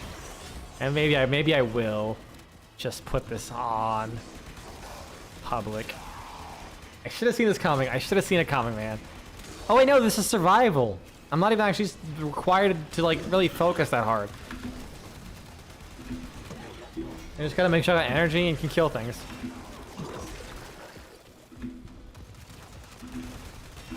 I'm jumping around a lot because I got that bonus for damage while I'm in the air. What's my secondary? Is this epitaph any better? It kind of is. I could use the epitaph to kill things.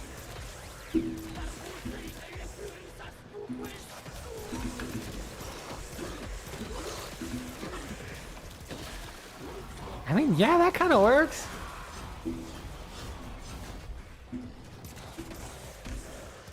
Man, I remember I slept on the epitaph so fucking hard.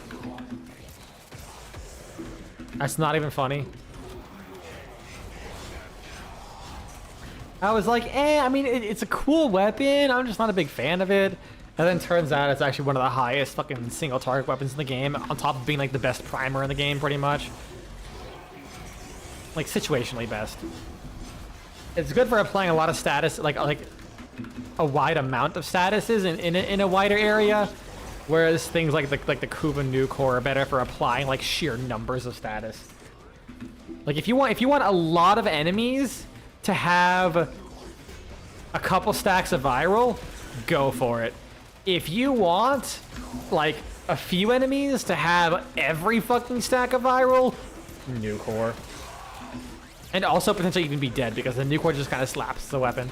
It's a bit disgusting.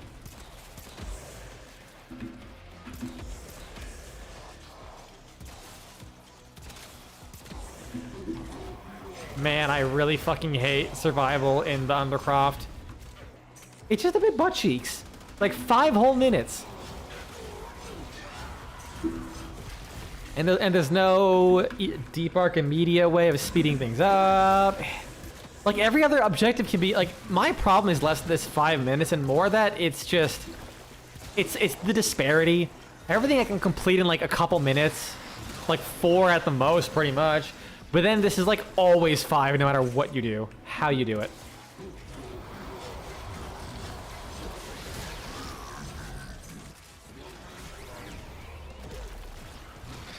I mean, I guess you could also include the boss fight in there. The boss fight at the end. Oh, that's a fucking thing.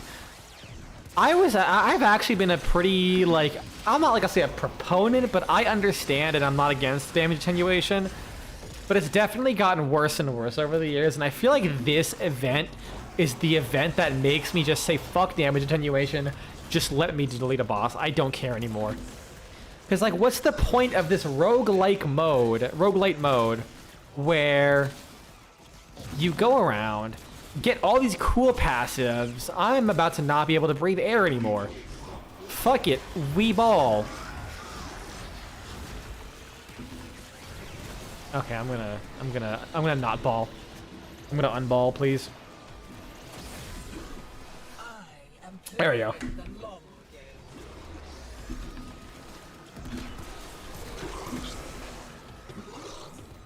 But yeah, like, you have all these cool modifiers, you can get so much damage, you can make really crazy builds, but then, like, when you get to the end, the ultimate, like, test of your abilities and your setup, it has a DPS cap, basically.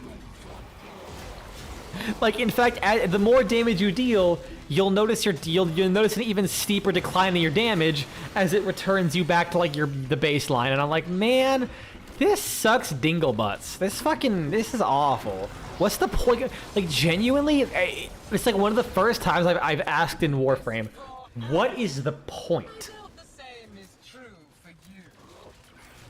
It's not. It wasn't even fun at that point because it genuinely just did nothing.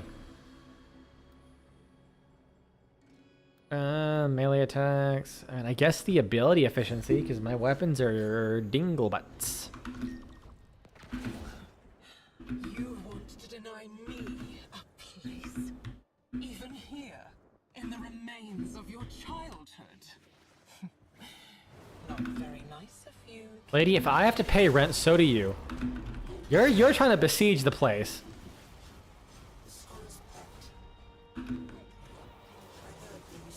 Where's she going? Where's she going? Where's she going? There she going.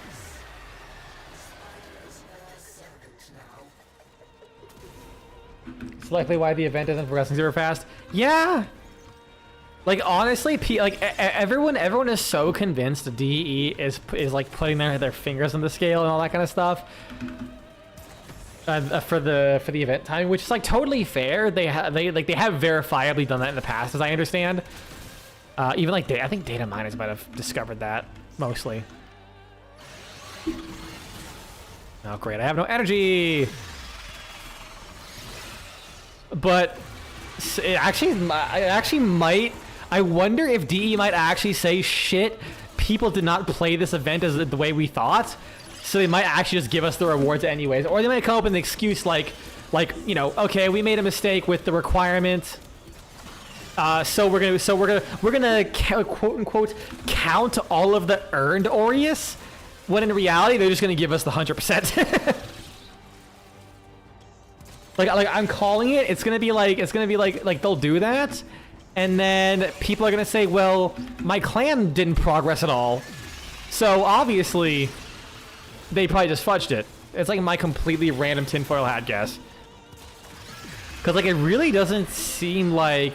Well, actually, I guess we're halfway through and it is at 50%. So it could happen.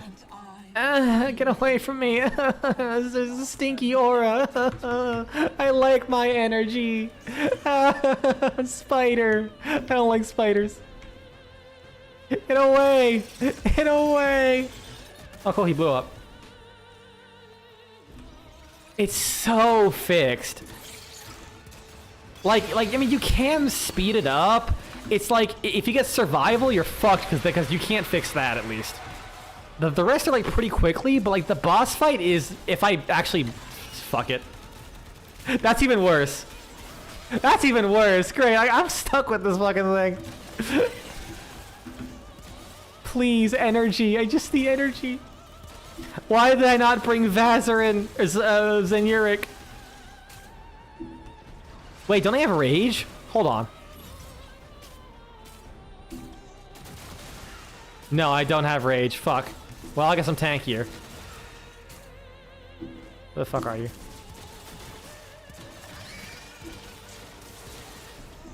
I totally regret not doing this in the public game. But yeah, it's like the boss fights are like what really slows it down. Which I guess technically is like a third of the mission. Come on. Almost there. There we go. Smote. That really is like my favorite word. Like smite sounds like super serious. Oh, that felt really good. That felt really good. Like smite is such like an impactful and serious word. Smote just sounds silly.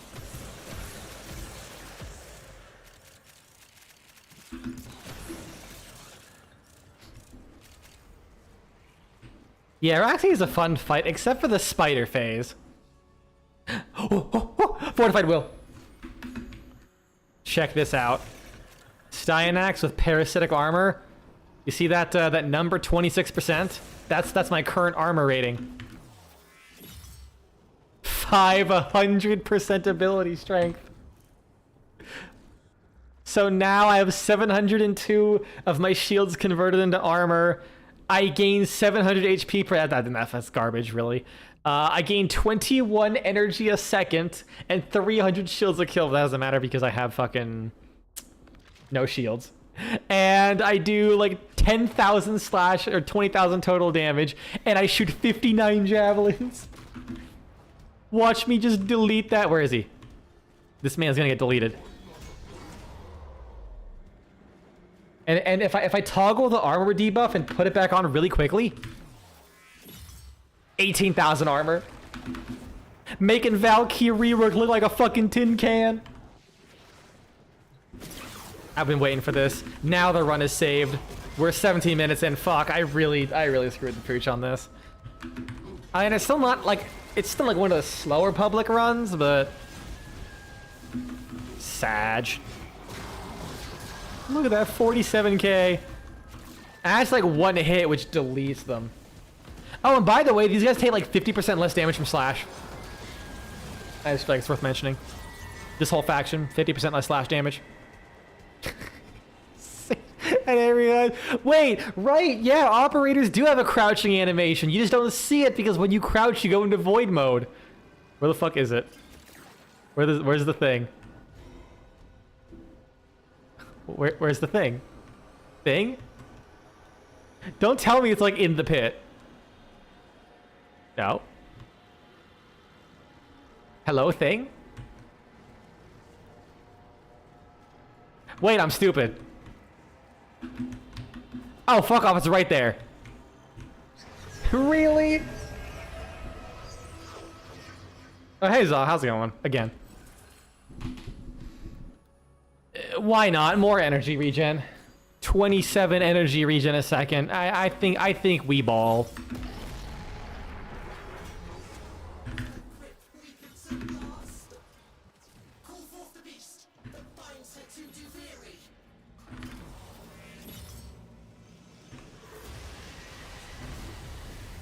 Let's go. It's not going insane anymore. Good? Bad? Maybe? Depends. It's neutral. It depends on like if the insane was like a good, bad, or a mix kind of thing. Like things are usually going insane, and sometimes I'd say when it's not going insane, it's that's good.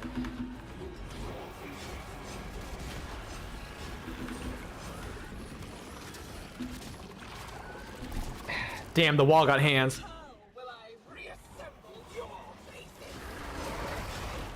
So I was taking a sip of my drink and absolutely clapping this boss's cheeks.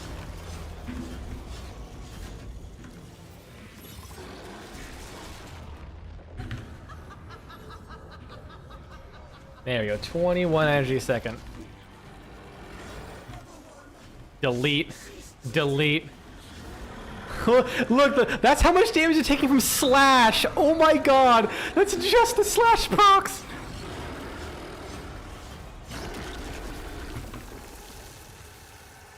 That was kind of gross. See, like right at the very end we saved it, but it still took 20 minutes. I declare this chapter closed. We're still on pace. I still believe in us. We got this. Wait. Oh, I'm so stupid. I thought I streamed for 4 hours, not 3. We don't got this. We don't got it until I have to go back to work. Oh, we definitely don't. I'm like, oh, 4 to 7, right.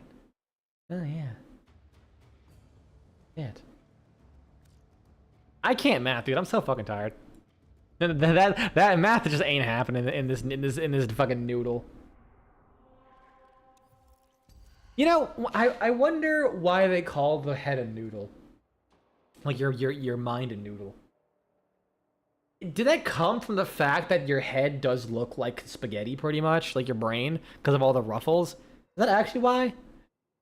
Or is it just kind of a silly thing people came up with once and that was kind of it? Because it'd be great if it kind of just ended up being true that our brains are basically just noodles. The head spaghetti. Torrid, okay. Yareli Prime. You just saw your Kuva Heck do like 200 damage per bullet to Araxia, which makes me really sad. The brain looks more like a meatball. I mean, yeah, you're kind of right. I like to, but it's funnier. It's funnier to go with the head spaghetti than like with like the head meatball.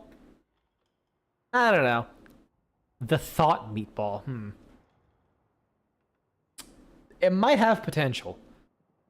We'll workshop that. Inaros Nova. No one has like a good damage buff though. I think my Yareli Prime might have Roar, which would be good. But I mean, I have the Torrid. Why am I putting so much thought in this? I literally have Torrid. I'm just gonna grab Yareli Prime because she's hot. like at the end of the day, that's all this is coming down to.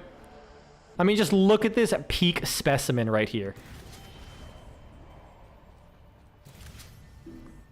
Got bubbles and everything.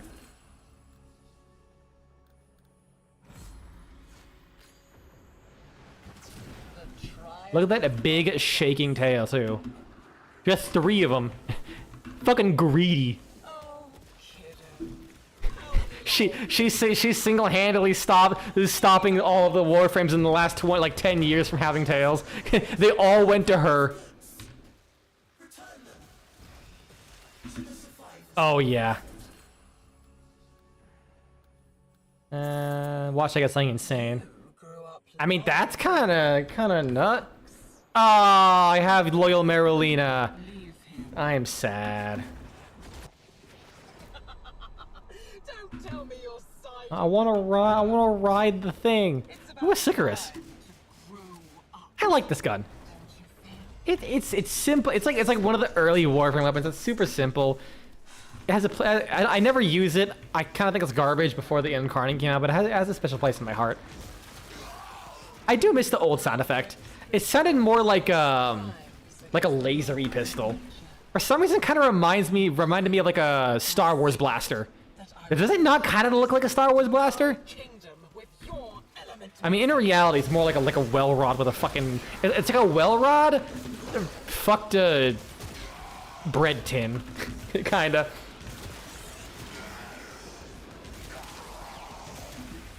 All the Warframe weapon designs were like simple, but kind of like weird and charming. They weren't quite gun shaped, but they were like trying. Now Warframe doesn't even try. Cool. We have vaguely normal looking pistol. We have whatever the fuck this is. It's like a Grenier windshield wiper and featured product on baddragon.com. I'm not okay. I don't ask why the energy color is yellow. It was a joke from my Warframe video. I specifically made it yellow.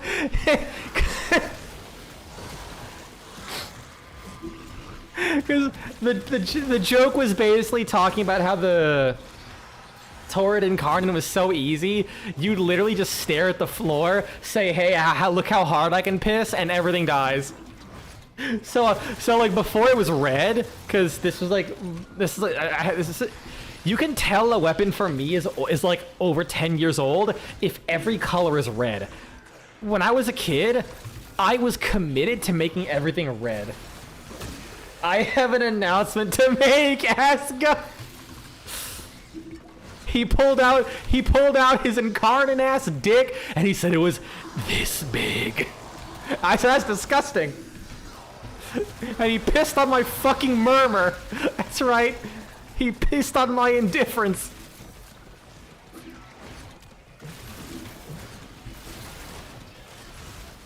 I actually lost my train of thought, fuck.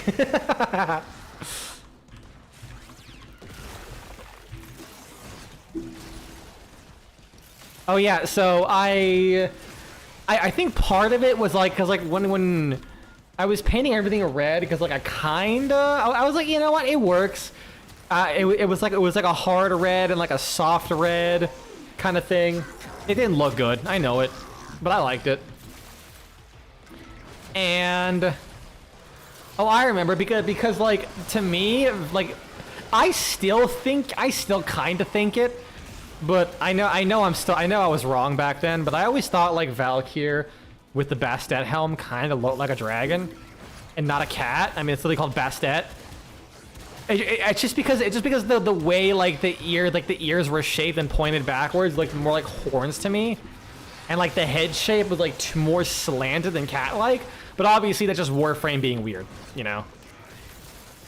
So I like painted them red. Like a dragon. That's like based on my thought process. And then my friend said it was ugly, so for the next 5-6 years, I painted everything the exact same shades of red. So I still have random weapons and Warframes that are pure fucking red. And when I came back to Warframe, I refused to. If they were red, they stayed that way. I did not touch them. This is like the only one I ever changed, and that was just for the YouTube video. I still kept the main body colors the exact same. I've always been a little shit poster no matter what. It's the core of my being. If I cannot inconvenience myself just to make someone slightly uncomfortable in a very harmless way, why live?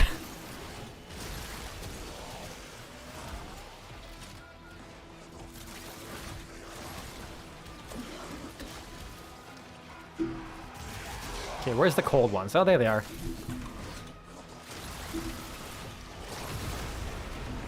All right, 5 minutes in. I gotta get faster at this. Wise words, damn right. My zen is the art of shit posting.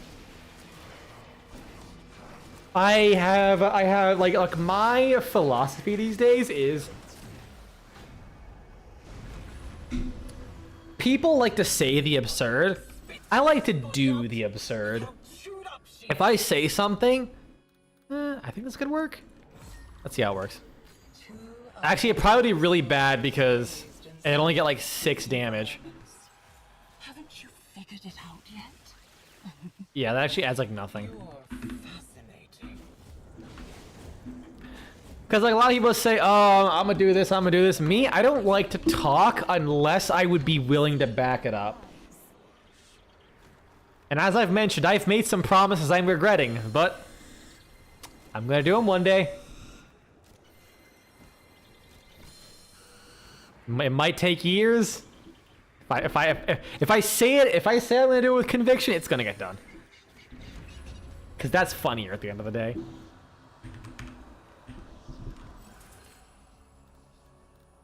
Of course, sometimes I forget, so it's like, yeah.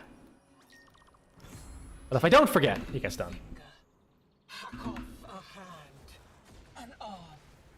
And if you think, oh, Keep on digging. you're a liar. See what grins back.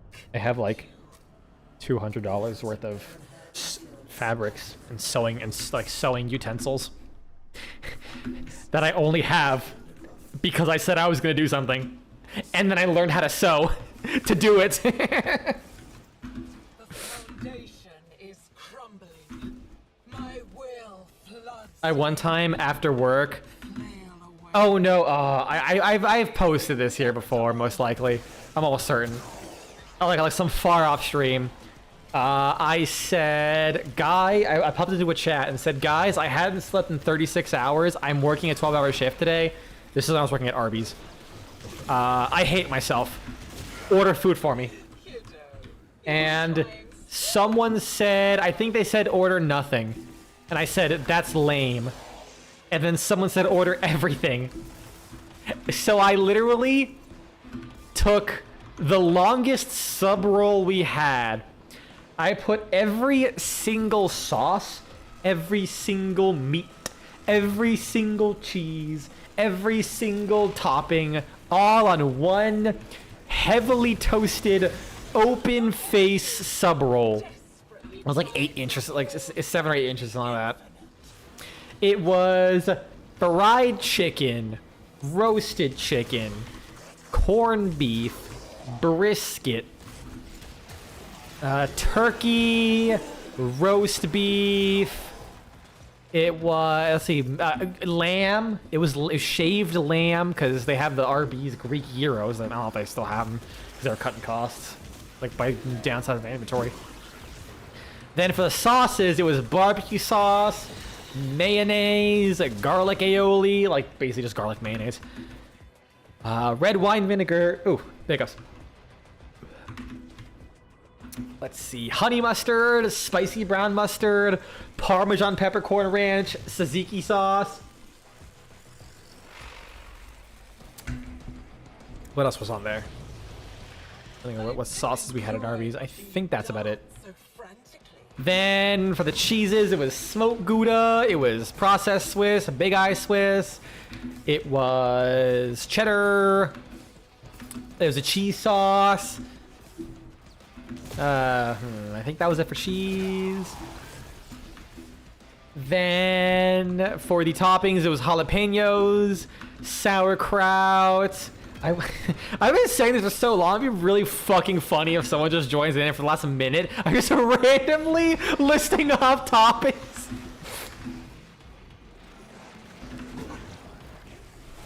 Yeah, so it was banana peppers. It was like red and yellow pepper mix with some onions, jalapenos, sauerkraut. I think I already said, and banana peppers I said. Jalapenos I think I said. Yep. Lettuce, tomatoes. Then I think that was it. Yeah, that was it. That's all of that. And then I microwaved it like for a little bit, and I ate the whole thing, every last bite. I gave it a 7 out of 10. It was everything, but somehow it didn't taste like everything combined. I could taste every single flavor individually. It was weird. It was actually cool. I liked it. I would be willing to try it again, but I wouldn't go out of my way for it.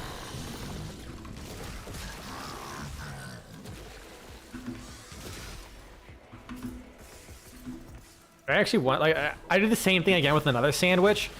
Yeah, I couldn't begin to describe what it was like because it was something my manager made.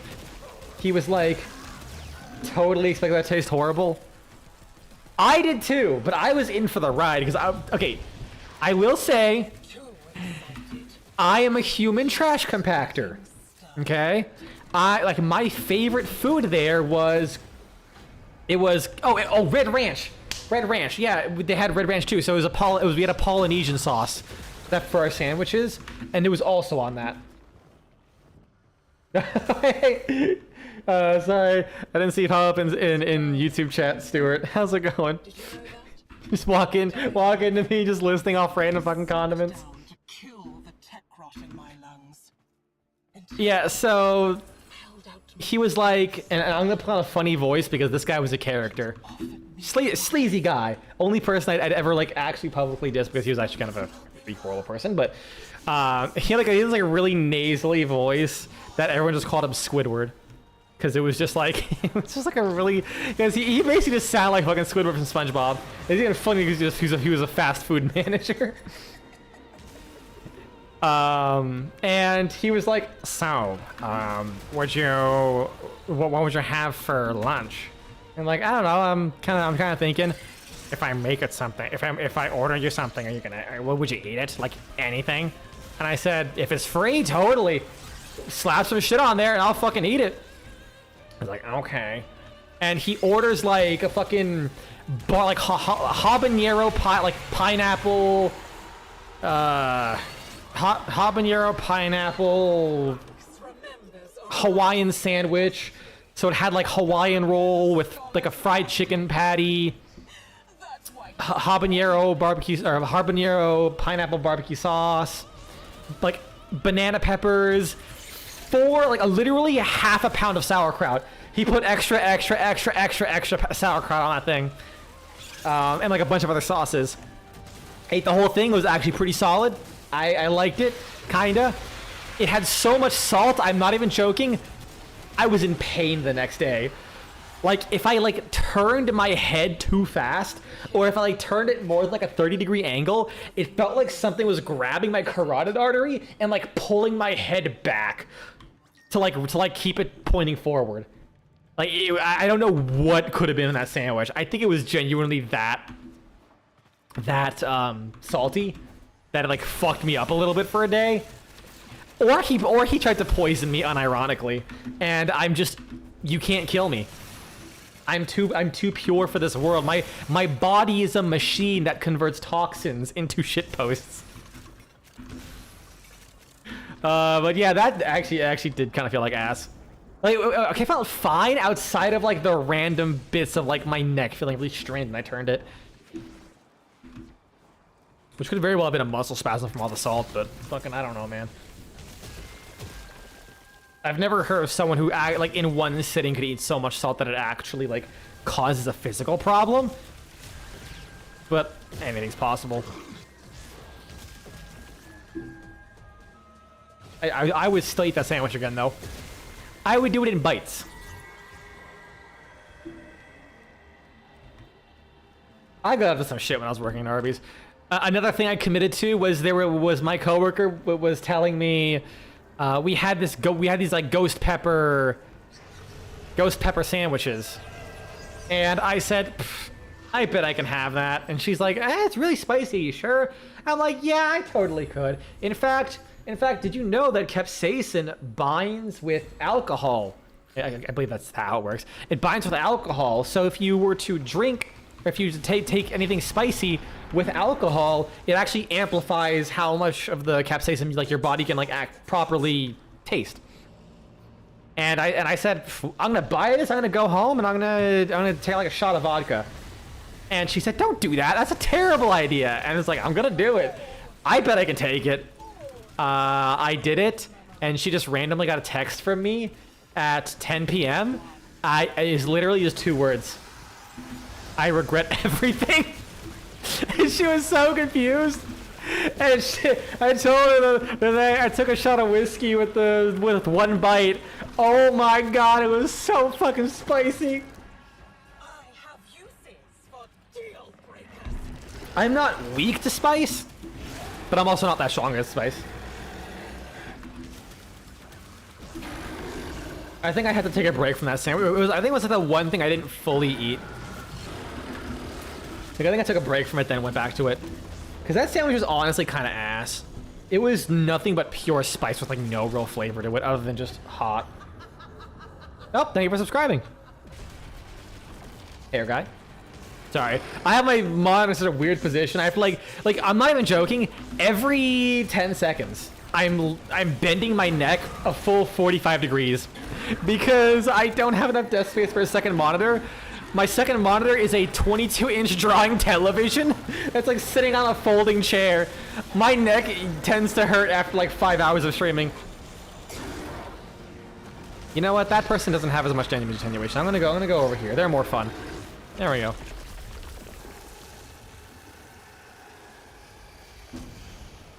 I do wonder if Stream Elements counts YouTube subscriptions like during this live stream or on like the live stream page, or if it counts any YouTube subscription. I do wonder that.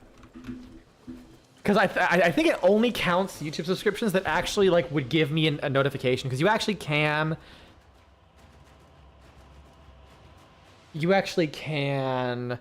set it so that when you subscribe to someone, it doesn't tell you you subscribe to them. So it'd be really funny if I'm like, hey, thanks for subscribing, Joseph Lehman, and then I look and it's like they subscribe to like a random fucking 4-year-old video review I made on Hilix. Hilix. I think I should pronounce Hilix. Oh, thank you for subscribing. It's like At least I know you're probably here. I have some unless just to spite me, you went to a random video and subscribed onto there just to test. All right, I should probably look at the loadout I have. coffee. Yeah, let me switch from Wukong to Valkyr. Okay, you guys are gonna hate this. So, where's my here's my loadouts. So, I had 2 separate loadouts for Valkyr was on this one, Excalibur, and Valkyr Prime is on Excalibur Prime. You guys are gonna hate this. I promise you, I did this intentionally. 100% knew what I was doing. I'm committing. It wasn't this shame. Oh, okay. Well, at least I can confirm that it works. I sold my Valkyr Prime. Why, you might ask? It was solely because if you have a Prime, it always shows up in front of the original in Duviri. My Valkyr Prime has like 2 Forma in her. Meanwhile, my standard Valkyr is kind of my most used Warframe. I've been playing since 2013. So I'm like, at this point, I might as well just go all in on Valkyr, like base Valkyr. I know it's actually kind of a decent armor difference with the 850 armor versus 1000 armor, but hear me out. 6.9% used on the Supra. Nice. Like I'm not even joking. These weapons were my Valkyr loadout since they all came out. I use them so fucking much that they are still my most used weapons because I used them for so long, and then ever since then, it's like there's been so many weapons back and forth. But yeah, no, I'm not joking. I have. Let's look at this. This is so cursed. Like I tweaked her a bit for the rework. So it's like a lot of Forma. I have fucking all the purple Tau Forge, like for the melee crit, and then I have the Equilibrium one. Then on her base Valkyr, 13 Forma. I think I actually removed one of her Umbral Forma. Also, I didn't know that Omni Forma at least are neutral with Umbral Forma. That's really handy. So this cursed fucking build. By the way, okay. I watched Mr. Warframe guy's video, and it didn't occur to me that Hysteria would do so much damage now that max range Valkyr is unironically goated. Like, it is actually really fucking fun, and I am still hitting for like millions on my light attacks with this build. And I have a neutral strength, pretty much. It's crack. And then I think on her talons. Like, yeah, on her talons. Oh, why the fuck did I... Wait. Okay, no, this is the build I was using. Yeah, this is the build I was using. Yeah, I think I initially put like 2 Umbral Formas, then I took them off for like a heavy spam build, and then I put an Umbral Forma back on here.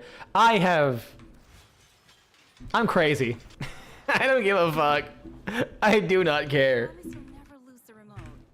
I can isolate it and just. So yeah, it is for that specific reason I just ditched Valkyr Prime in favor of base. Wait. Limbo, Hildren, Revenant, Haro, Tremna Prime, Prisma Gorgon. I thought it was Prisma Gorgon. If it was Prisma Gorgon, we'd be bussin'. Maybe the Tremna Prime could work?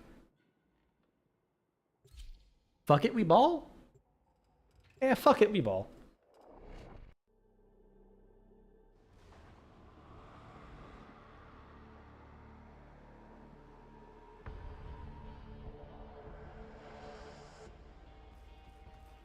All right, Haro most likely. What are the decrees I get? What is my Trumna equipped with? Why do I have Hush? Why did I put Hush? I think it's because I had exactly 5 spots left, so I just put Hush on there. I fucking might as well. Wait, but why didn't I max out a speech trigger? What am I cooking? What was I thinking? I mean, that's like good enough. That's still like a steel path build. Shh. Be very quiet. I'm hunting murmur. Plus that long ass fucking reload speed with the Haro would be really nice.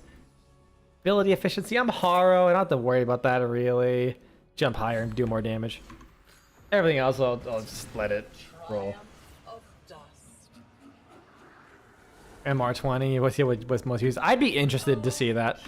Chances are, I'm willing to bet your most used is probably going to be like one of your first Warframes you got. Oh yeah, I should probably go there and not waste time. Had a run with Anaros, didn't even get a shot on the last phase. Boss just died in 5 seconds. Fucking Christ. What killed them? Like, some things seem to actually, like, do better against this damage attenuation. I don't know what exactly. So far, Styanax with the Iron Will Resolved, whatever the fuck it is, the armor for power strength, the parasitic armor, like, those javelins demolished the boss. Holy shit, it's actually crazy. Oh, headshots on Haro. Yeah, I that's might be a bit tough, Cell. The king isn't a real boy. When they gave out a free Caliban, you think that's what made him roses? Oh yeah, no, your first like good Warframe will probably be your most used, because like your resources are so limited. It's probably gonna be like the thing you bust out for most of your stuff. Why am I running gas? I know the Trumna Prime is gas, but like that's a terrible element to put on this thing. Why am I running gas? What was I cooking? Meth?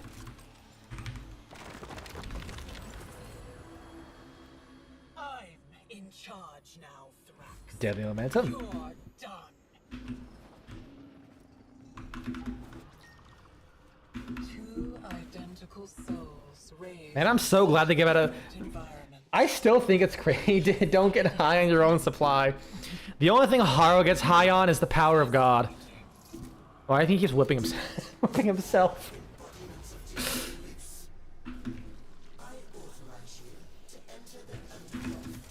Yeah! Fire rate, boys! Kiddo, is this where all your secrets are buried? Well, Don't you nullify or take my energy. I'm a Haro, bitch! sort it out. I make energy. Oh yeah, Dragon, I can show you the glory of Haro. 1 second. Look at that.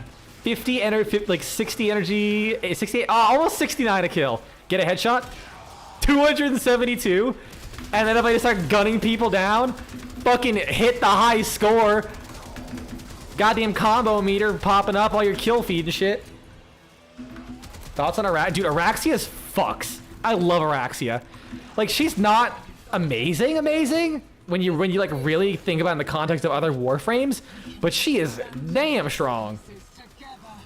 Genuinely, I would be playing Araxia way more if 1, I was actually able to pick whatever the fuck I wanted for this event, and 2, the Valkyr rework didn't happen. Because I've been enjoying that Valkyr train again. But like, I'm very tempted to be like, yep, Araxia might be like my new general purpose Warframe. She's fun, great movement with her web. She looks sick as shit. All of her abilities are cool and useful. Even if like it really is just CC damage buff tank of some kind, like every other Warframe's been getting. But like it's got a style to it, and it functions pretty uniquely. That I'm like, okay, it might be the same style of kit that like every other Warframe we get, but at least it works. Like the way the 4th ability's damage buff is, it's like Saren's and Lavos, and the way the health scaling on her 4 is multiplicative. So for my Araxia, I actually have a blast corrosive Gorgon Incarnon.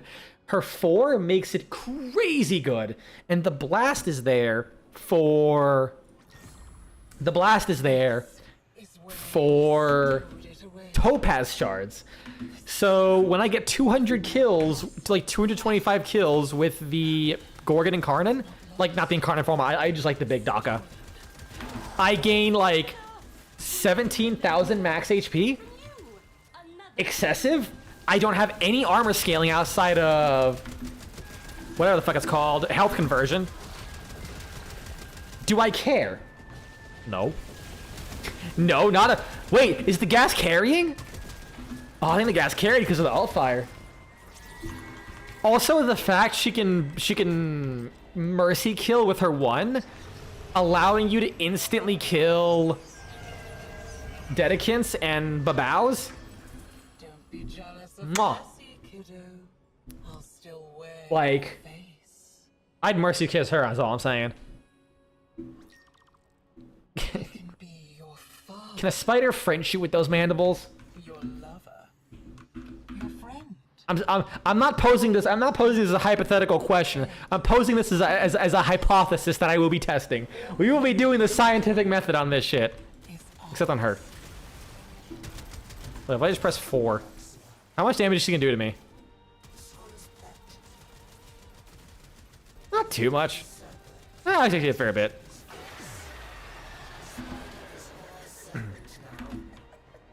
I want my energy, so I'm gonna stay in the air. Wait, what if I do this? There we go.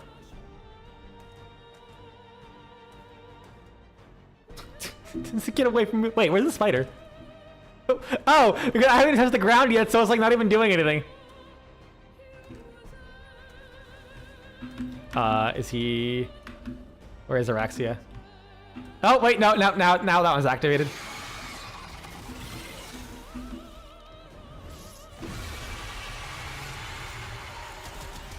Are you gonna shoot at me? Can you shoot at me? Are you actually gonna hit? Oh, there we go. I got hit. Oh, hold on. And oh wait, it's not as much as I thought it would be.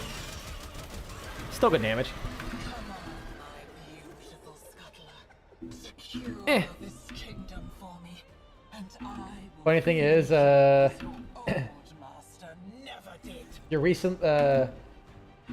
your recently most used are in order of Warframe, primary, secondary. Dante, Nadaruk, Grimoire, and Hate with the Incarnate. Damn. The Hate surprised me the most. Well, you know, no, I can see it. Because I feel like getting to Master Rank 20 requires leveling up a lot of weapons. So you don't have that much time to dedicate to any specific weapon. So like the Hate Incarnate I can totally see.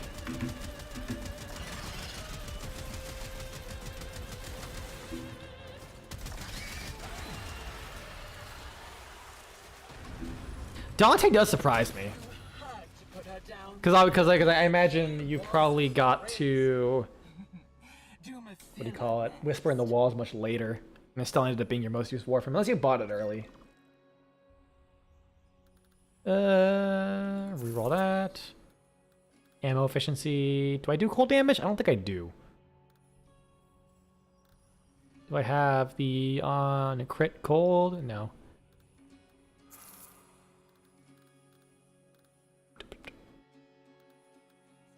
Fuck it. Weeball. Oh, 40. Oh, okay. So you've been playing for a while, actually. I've been playing for so long, I don't really have like a great frame of reference for how long people would have been playing this. Like what the average kind of like progression of sticking with things. I might not be explaining it very well.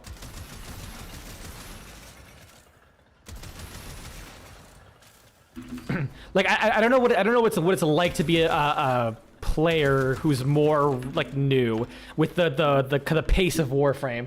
'Cause like back in my day, there was like 20 weapons in the game. This is actually like not.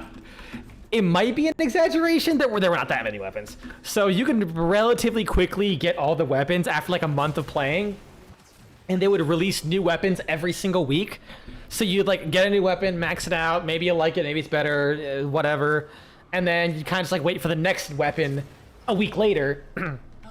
until they eventually made a big update and released a new Warframe and new content and all that kind of stuff. Try and finish his work. See what You played on and off for years? That's fair. That's totally fair. So, like, in my mind, pretty much everything that's, like, new, I had plenty of time to play with. Because like, I had already touched just about everything that was out up to that point. I know a lot of new players are like, especially when with things like the coda, where you go to, oh, I didn't mean to do that, but okay. Where it's like, hey, I'm mastering 12, I hit the hex. Oh cool, what's this coda thing? Oh cool, I killed the coda. Let me go get the weapon. Mastery rank 17 requirement, like that's mean. So I'm sure a lot of them are like, or just rushing weapons and not really like touching too many things outside of the what. This is kind of how I assume it is. Outside of the couple things that are like really good because they don't have many potatoes. Plus, I was also in the Warframe content creator program, so for like a year, I was just given all of the weapons and shit for free. Like all the weapons and Warframes I was given for free, potato slots and everything. So I used to do written reviews on Reddit. That's how I got into it.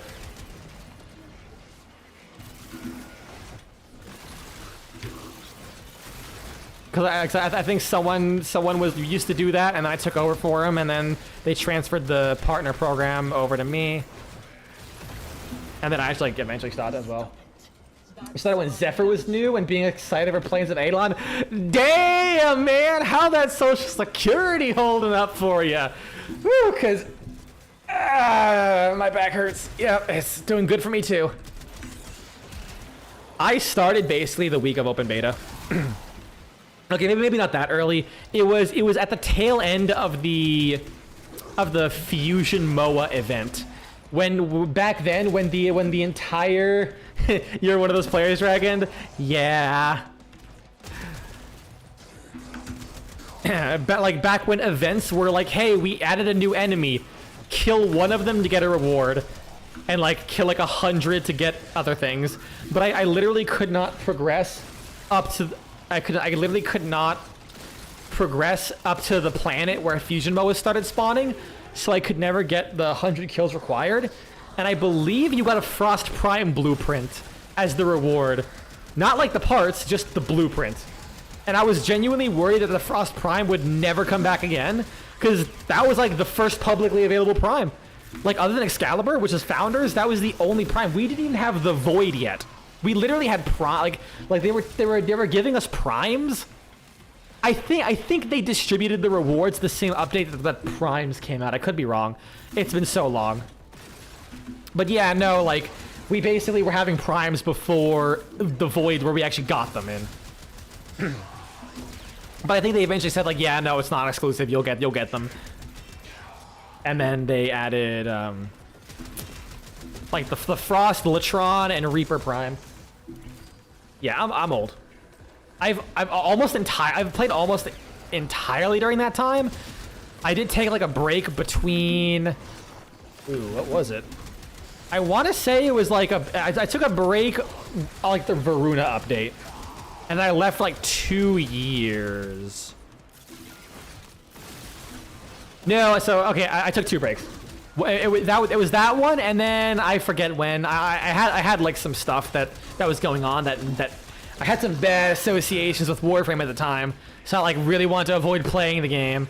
It like really soured my opinion on Warframe, and then they came back, and I was like, man, this game is fucking awesome. It helped that they did do like a lot of big changes, like they redid a lot of UI stuff, like the hit marker wasn't there at the time, and I came back and I was like, oh man, the hit marker, that's so cool. I was very easily impressed.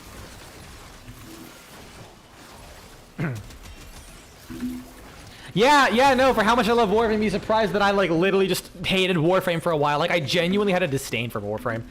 Like I would say disdain, but like I thought it had a lot of issues.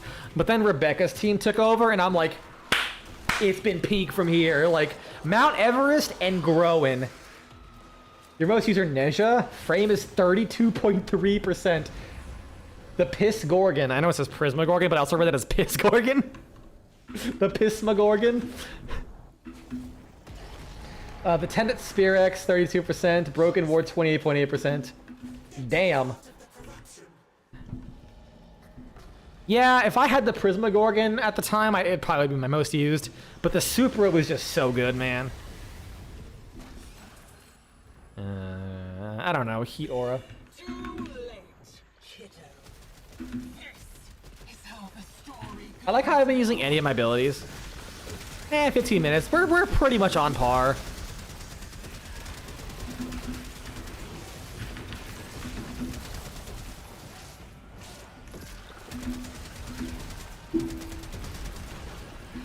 Alright, let's see if we can melt this boss. I'm gonna try something really dumb. I hope this works. It probably won't. So first I'm gonna get slapped.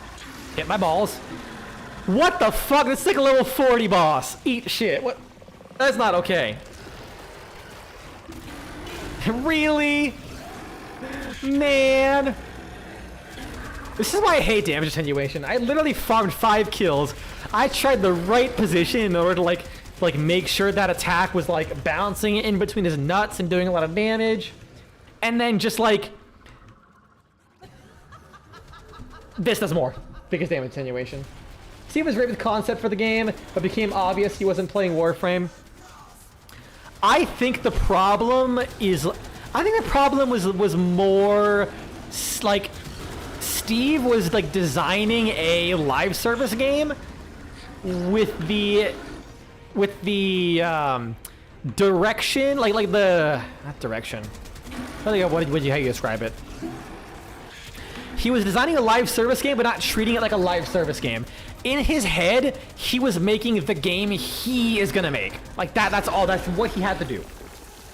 It felt like a lot of the time, anytime he did something the community wanted, he was caving in for them. But then the moment he did the one thing, he would immediately go back to doing his own thing. And that caused a problem where Steve basically wanted something completely different from the community.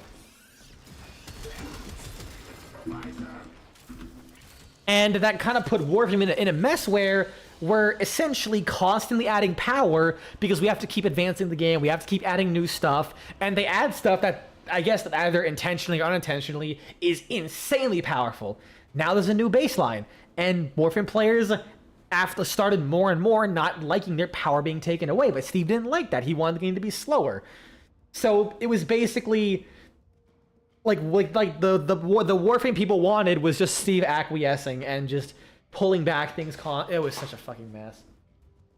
Like it genuinely felt like trying to get around player expectations ended up costing more resources. Because you remember Vivergate? Anyone remember? I don't think anyone does. This was before Planes of Eidolon. So when Syndicates first came out, right? These sigils, you had to wear those to get rep. You didn't just pledge, you had to wear them to get rep. And when it came out, I want to say, if you did 4 waves of interception or like defense or anything like that, you'd get like on a normal standard mission, like 200 rep. They did not change how much. Can I see like the numbers? Like the rep standing amounts are like the exact same for everyone. So it was still like 5,000, 32,000, 99,000, 132,000. And there was no daily cap though. So they made it really, really low. Then people found a way to get around it. And that was Limbo, I believe, Mag for Greedy Pull, because Greedy Pull back then, let's pop this up. Greedy Pull is an augment for her pull that just pulls all pickups towards you. It had no line of sight. It pulled it for everyone. Now it only pulls it towards Mag. On everyone else's clients, everything is still on the floor. But for Mag, it goes to her. Because that way you'd get the loot and everything. Then you had Trinity, because she would, give energy, because energy's economy was way worse back then. And then you'd have an Excalibur. Excalibur, and I think you could also potentially have a Nova. I think some people didn't go with the Limbo route because you killed things so fast. Like Nova, you did a Speedva to boost enemies' speed. Saren, I guess? Tigris Prime, Vosto, and Karnan. Yeah, so that was the optimized setup, and it was in this really tiny... Okay, you know the Tirana Pass? The Corpus side. That was the old defense and interception node, like the only one on that one specific node, basically. So people would do that. Let's see, Saren. People would do that. You would have your Excalibur hitting as 3, which recently got reworked to, instead of shooting a bunch of shit in like an area, like individual projectiles in an area, it was... no. It was like any enemy within the radius got stabbed, and it had no line of sight checks. Line of sight checks for abilities was not a thing. Ooh, that's crazy. So, yeah, my information on this could be wrong. It's been like literally 12 years, probably, at this point for that. So basically, it was people effectively spawn camping enemies that were like weak and were like in a really small like tile set. It was like a really small tile set, so people were basically able to nuke the entire room. Mag was pulling all the loot. Trinity was giving energy if she was able to even see someone for a fraction of a second, and Nova sped everything up so that they came to the slaughterhouse faster. With that, you got, and I shit you not, 2,000 rep like an hour. Like, something, it was still super slow by today's standards, but you got it. And their first, like, the first thing they did was nerf the shit out of all those Warframes. Mag, Nova, Volt, like they started adding line of sight checks to all the AoE damage abilities and like Mag and shit like that. And it was super broken, by the way. Like it was hastily done. Sorry, my throat's a bit. I'm gonna grab a drink in a second. I wouldn't mess. Go with that. I'll be right back. Don't tell me you're siding with the brat. It's about time to grow up, don't you think?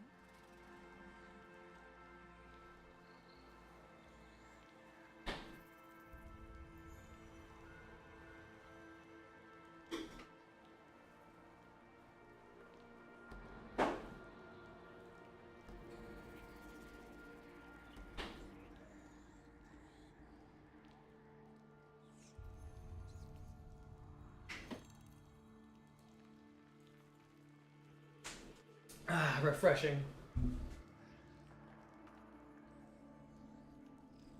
Anyways, so yeah, it was so hastily done, the line of sight checks, that if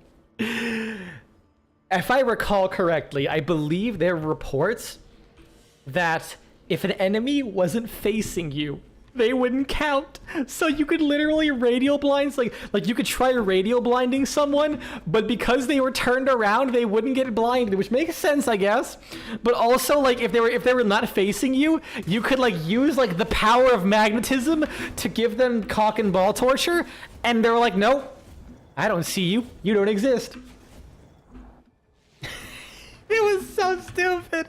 It was so busted and like even if that wasn't true, it was definitely broken for sure. Like it broke those Warframes for a while until they fixed them. Which, hey, does that sound familiar? Dante, anyone?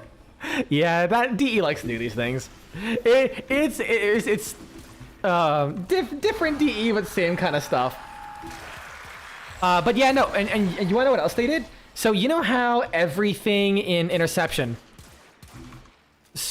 everything in Interception starts captured, and if you leave a node alone for 5 seconds, it recaptures like super quickly. That's because of the AFK farming strats. Because what people would do is they would capture one node, neutralize the rest.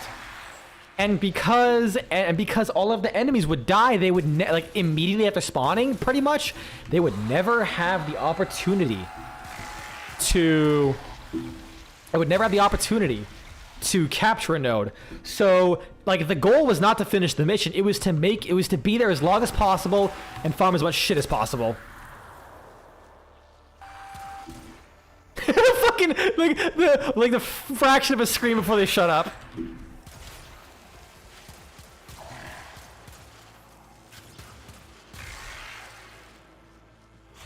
Oh, interception, it sucks. Honestly, like it's like way harder than everything else. But yeah, no. So like all those changes was specifically to counter the AFK farming. They also like they reworked the entire mission node, like how it works just because of that. They that I guess. They also reworked the positions of all of the interception beacons to make them like more spread out. And I think that was actually about it. They did all of that, like ruined a bunch of warframes, did a bunch of rebalancing, added line of sight mechanics. You wanna know what all they had to do was? At least in my opinion, just remove that really small node, that one tile from the interception pool. Because like that was the only major, that was like the only real one that was used.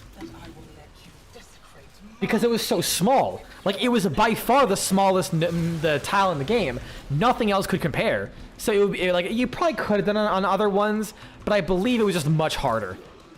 But instead they like did so much more shit than I feel like they really had to. And you want to know what the best part is? In the end, they added a daily cap. They made you get 5 times the rep or some shit. Done. And like that's what we have today. Everyone, it was fine from then on out. And I'm like, that is just fucking. Old DE was like so headstrong. They were interesting. They were fucking interesting. Is all I can say. And don't forget the engine, the lead technical engine guy, Glenn. I probably shouldn't call him out because I feel like it's gonna be mean going out like this, but no ill will towards the guy, but like they did some very questionable things. Like for some reason he's a technical guy, right? For some reason they let him balance the game. At one point it seems like he would play the game and he would like end up having changes proposed. So basically what you would call now is like the best endo farm, which wasn't even that good. It was still slow as molasses. He played it casually on a stream in like a pre-made lobby of hyper sweats and was like, yeah, this is too rewarding, and then nerfed it. And the rewards were just like garbage, and maxing out your rank 10 mods was like turbo ass. Who the fuck is messaging me? Ask more texts. Nothing crazy important. So yeah, also let me catch up on the messages. Let's see. You hardly do ARPing missions, so for melee, your loadout. Yeah, that's pretty much it. The melee is like 97%. I think that's the case for me too. I'll have to look. I want to say my most used. I might die just because like my Saren doesn't have any survivability.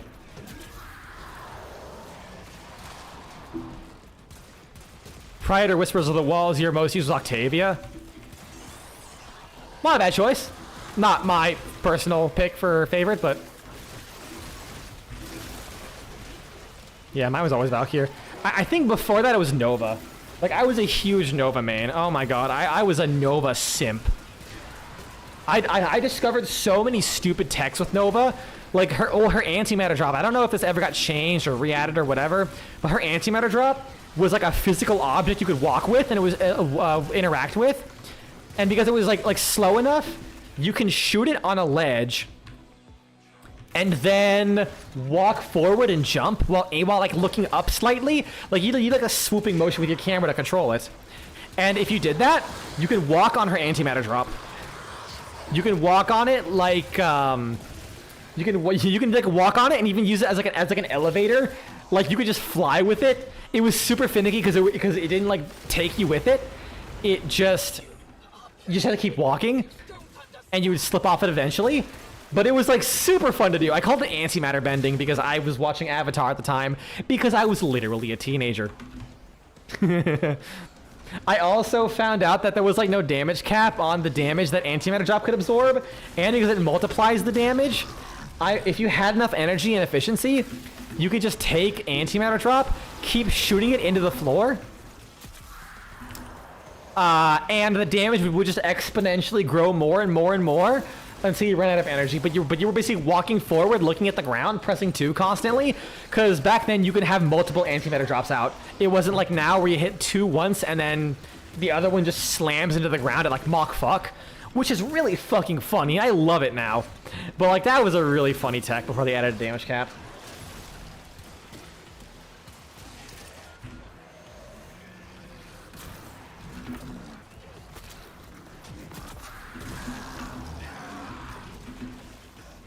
There's a lot of cold and electricity here.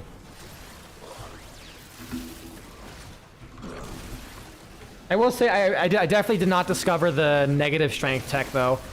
I never really modded too heavily into that stuff. Just didn't think it was that necessary for the most part. Especially when that was at the time like Nova was still the case of.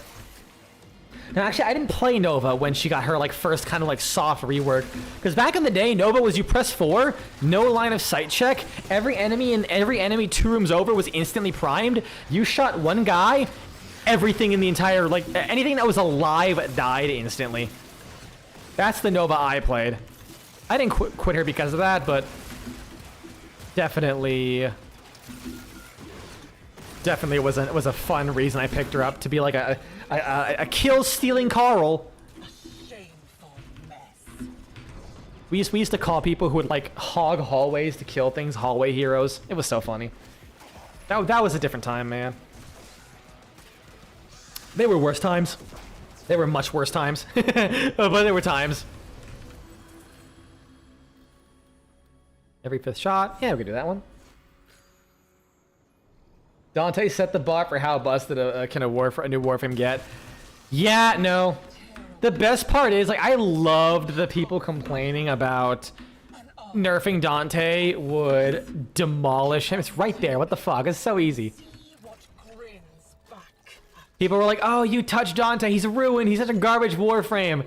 I already knew that, like, the general Warframe populace are, like, really fucking bad in the video game. Oh, okay. That's a bit harsh.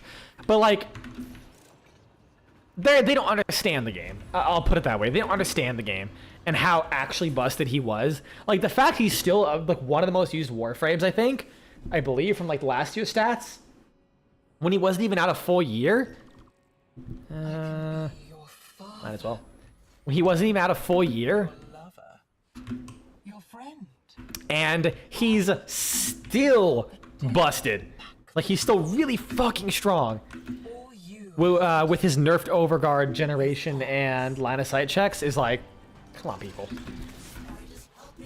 Same with the Valkyrie work. There's definitely problems to get raised about it. Oh.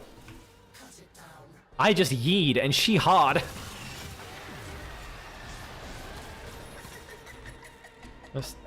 Oh, speaking of fucking she-hod, fucking the jihad spiders are here. I don't know why that's that association came into my head. Get away from me! Ah! I'm really trying to interact with mechanics here. Ah!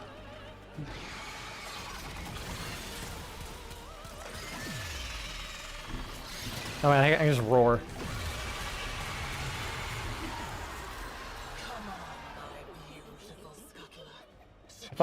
If he shows up, oh yeah, oh my god. So you know a couple weeks ago I think it was when the temporal Archimedia was the tank does poison damage. You want to know what I did? I picked Jade. I have a really tanky Jade build. I actually modded her for the antitoxin aura and the toxic resistance mod for toxic resistance to like resist the tank's toxin damage. I was going in, I was super prepared. It would have worked out really well. You wanna know what fucking happened? The mission I tried that? Revenant with the augment and a Dante. I didn't even take damage, man. I was like, big brain time. I got this. It'll be so cool. These mods will finally get use. These motherfuckers just come in. They're just like, nah, we're just gonna ignore the mechanics. I mean, like, I'm not complaining, but like, I really wanted to see how effective that would be. And I didn't want to go through like another 40-minute mission just to test it, so I just didn't do it again. I felt so proud. I was so proud of that.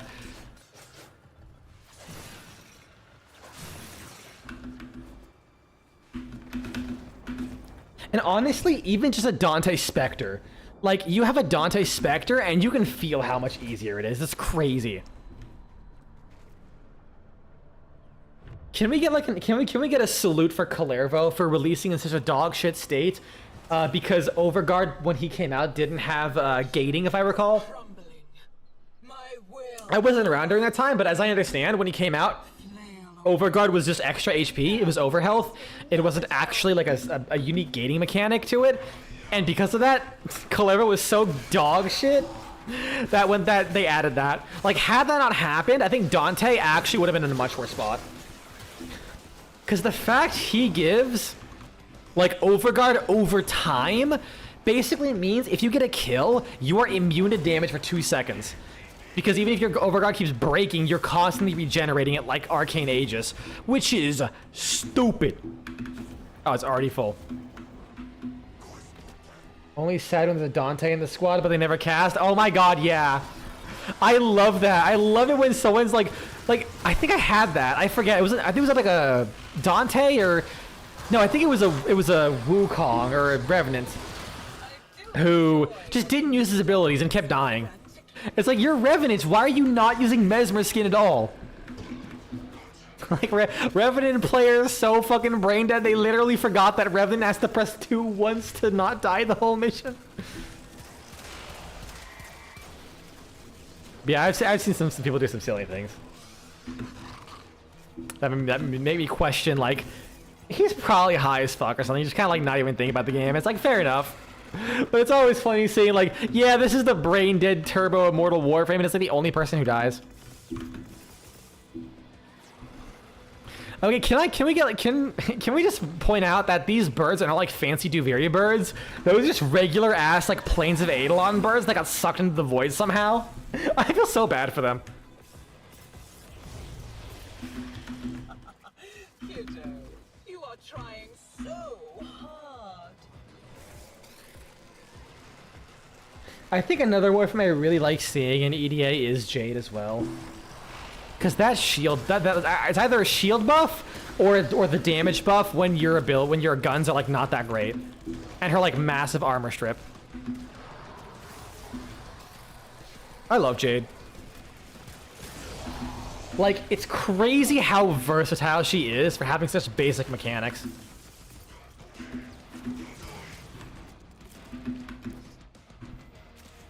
And I also love that that her Symphony of Mercy buffs operators, so you can make like a full-on operator focused build with her now. Oh my god.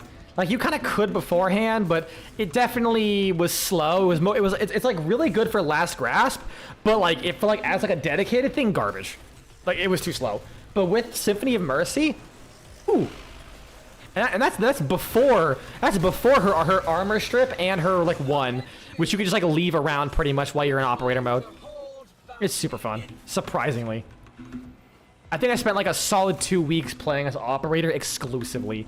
And like, hey Mesa, hey Sarah, like all these like top KPM Warframes, and I'm just like, look, I have a child. He has a Glock. And the child Glocks. And then everything fucking dies and no one can do anything. Oh my god, dude, Jade's sound design is fucking top tier.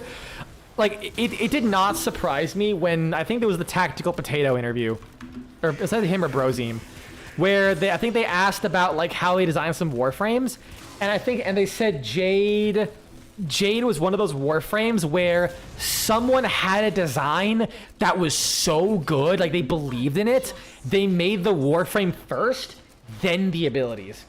Like normally they have like kits they want to do, and then they kind of like design warframes around it. But sometimes there are warframes where they have the design of what they should look like and like be like or act like.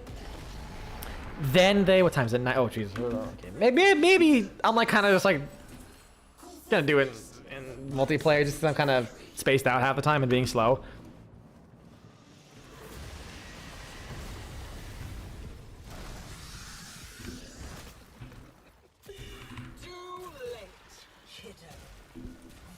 Come on, give me Incarnate charge.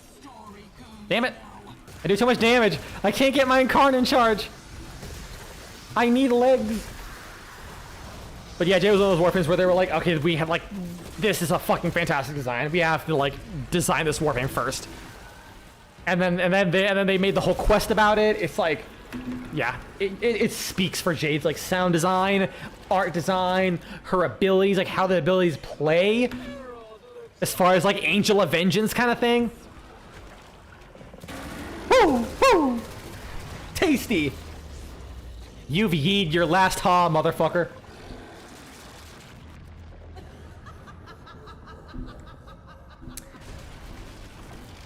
Honestly, I think like as much as I love Jade, if I were to say an S tier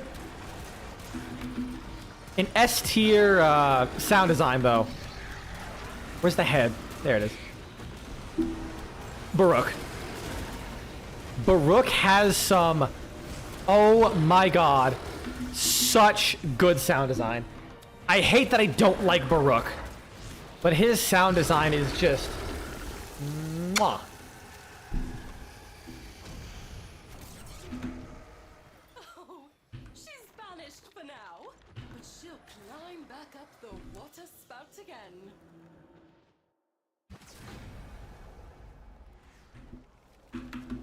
God, yeah, these bosses take so fucking long. Like, just to demonstrate this, I'm gonna just go into the simulacrum. We're gonna pick Baruch, and I'm gonna force you guys to just listen to Baruch. Like, genuinely, his sound effects are top-notch. That's not the best in the entire game, to be honest. And this game has a lot of fucking good sound effects. That said, I do think Valkyr's rework has some incredible sound effects. I was on the internet and I found this website They like that Valkyr rework that gave me some ideas really just later. it's what I wanted basically out of Valkyr. She now genuinely feels like she is so fucking angry you can't kill her. Like, to me, invulnerability was good, and I can see that people would feel that that's kind of like the power fantasy for her. But to me, when I'm not taking damage and not getting the feedback, it doesn't feel like anything to me. I like it when I can take damage, but I can easily just shrug it off. But when I'm just not taking damage, it just didn't feel right to me. Okay, Borkinator, you're going. Back to the pound, or I pound you. Okay. First, his one. Let's listen to that again. Look at that. Like a didgeridoo kind of thing going on. Also, like this is his stance when he's eluding enemies. Like because if I do this, they just can't hit me. Okay, maybe I shouldn't have like all this many of them. Fuck, I'm dead. Oopsies. Wait, I probably should.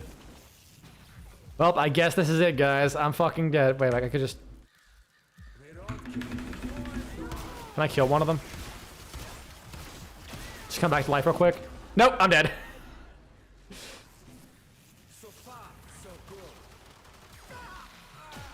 Okay, let's just have one. And let's have like a Lancer. Just like a regular Lancer. It's an Eximus.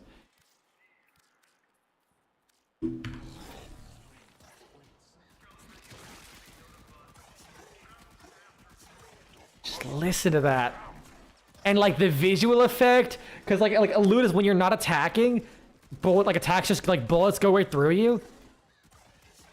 Fuck, he's like it sucks. Did we take your leave again? Take care, man.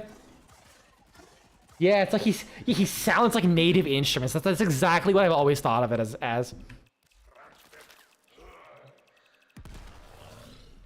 And then his 2. Yeah, take care. It's always nice seeing you again. Yeah, it's like a mouth harp. It kind of sounds like a mouth harp there. Kill him. Spawn the other one.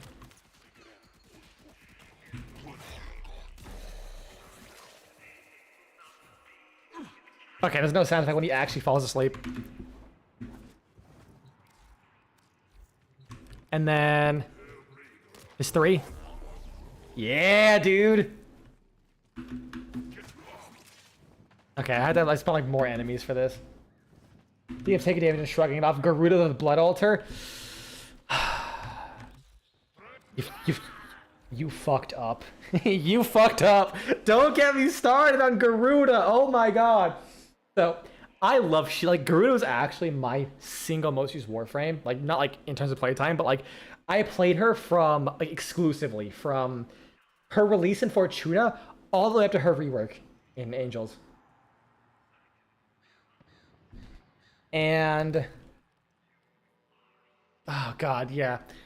Like the game was escaping Garuda. Like she was just tanky enough when she came out to be able to survive stuff. And then it just kind of kept getting further and further. And the buff for her kind of just ended up making her rely more on Molt Reconstruct and her invincibility gating more than like her actual tanking, because it's very hard to kind of tank without a lot of investment. And believe me,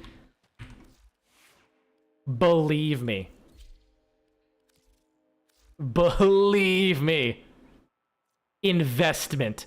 I literally don't have a single fucking mod. Like, it's all defense. This is my Garuda build. It's all fucking defense. I loved being on low HP and taking damage and like to deal more damage, but having like Blood Altar that like keeps you on that verge for so long. Oh, it was so fun. But yeah, just wasn't the same, man. Just wasn't the same.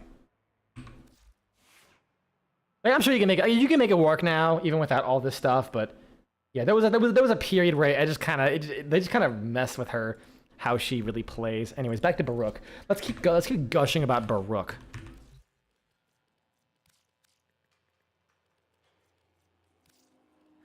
I don't think it works on melee guys. Will it work on enemies that are not, like, aware?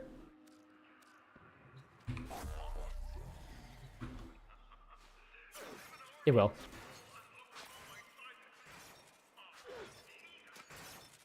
That's nice. Using her right now in Cambry. Yeah, she can definitely work. I think a big problem is, honestly, I feel like one of the best things she could get is like increasing the size of her shield and giving it more of an angle, so it like covers more around her. And then his 4th ability. Let me just. I also love the detail of like the hand icon shrinking. Anyways, this is his 4th ability. Once your restraint is depleted. And like those beefy fucking hits. Wait, hold on. Combos.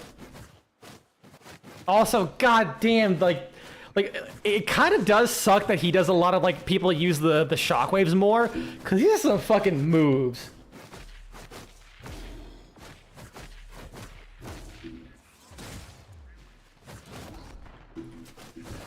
Like, they even gave all these sound effects for, like, specific parts of the combo.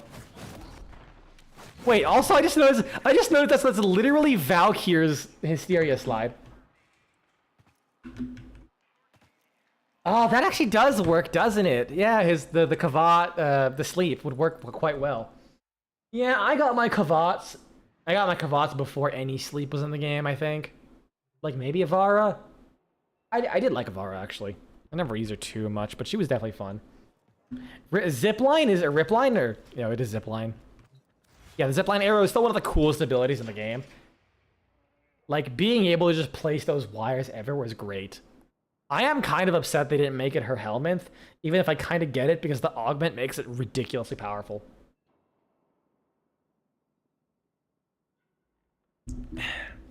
Yeah. I do think it's a shame that, like, Baruch's really good. He's just not a comfortable playstyle, in my opinion. Like, he has a lot of upkeep. He has a lot of, like, finicky things with his elude. And I prefer all of my Warframes having abilities. I can always, like, all 4 of them are, like, good and I can use them. And he just never felt great to me. Which always makes me sad because his sound design is... hot as fuck. Come on! Give me... Ooh, Arcana effects. Alright, that's fine. You know, let's see about the Arcana effects, maybe. What, any damage buffers? Not really. I'll fucking do public, why not?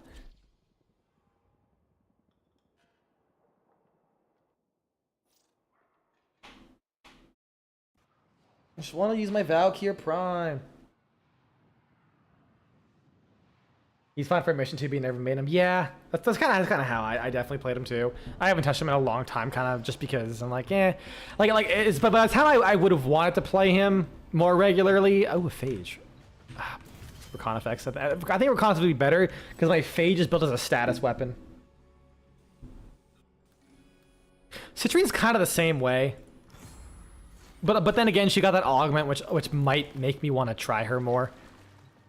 Like, I do like her. She's super tanky, and, like, I really like what she does. She's great for level cap steel path runs, steel path circuit runs. Oh, I bet. It's not my thing for sure. I just like to play the missions Personally, like, I've only ever... What the fuck? Well, I'm here.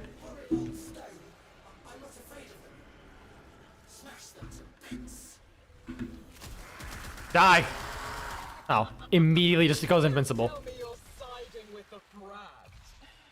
It's about time to grow. My favorite with level caps for those decrees is operators. They're really fucking good. Getting the multi-shot with the Fahad or whatever it's called. And all of the like ammo efficiency shit. Where's the thing? I'm like actually spaced out right now. Also, I'm probably gonna give it another run or two and then call it. But I will likely be doing this again tomorrow, because I want to try making progress on that on my clan's trophy. Because the way my job works, I work like 13 fucking hours, so I do not have time to like take an afternoon and do a couple runs. And I work like I think I work like 6 out of the 10 days or some shit before the event ends. You're fascinating. I'm in a Ghost. I think it's Ghost Clan. Yeah, Ghost Clan. But we only have like 5 people active, so we have to get 3,000 Dominus Aureus. So it's an uphill battle. It's a bit of an uphill battle. I mean, it's not unmanageable. I think it's only like a roughly 10 hours of grinding total, which sounds like a lot. But with the days I have, it's like just I should probably get it by the end of the week if I really try hard. Well, he's gone. Goodbye, sir. No Aureus for you. Or whatever the fuck the medals are called.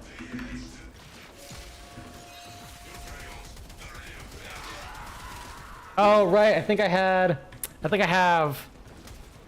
yeah, I think I have the fucking Acuity. Yeah, I think I have Acuity on this gun. Shit.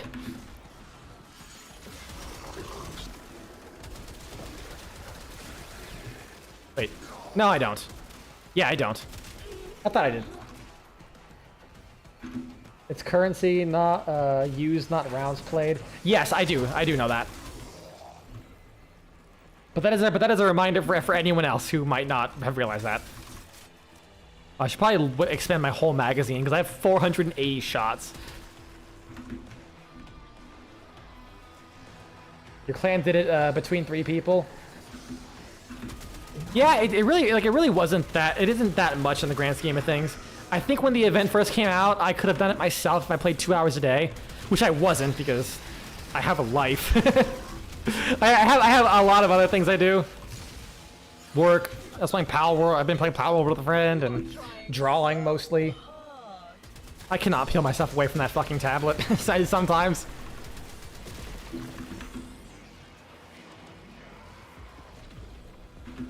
I still have no idea what they were thinking about with the store. I think I have purchased every single item now. Like, I have every item. All the arcanes. I think I might be missing like a couple of purchases of the arcane barrier. But that's it. So I guess I'm just going to be stockpiling those totems. I also kind of want to hold off just in case, because like, I feel like they might add like an extra reward, like something that you can buy evergreen. Because it's kind of crazy that they were like, oh yeah, the only thing you can infinitely buy is a fucking decoration. Like, what? So I kind of want to wait to see if they'll add one. Maybe. My assumption is they also might not, just because people have already spent a lot of things already. They don't want to devalue what people have spent without giving them more shit.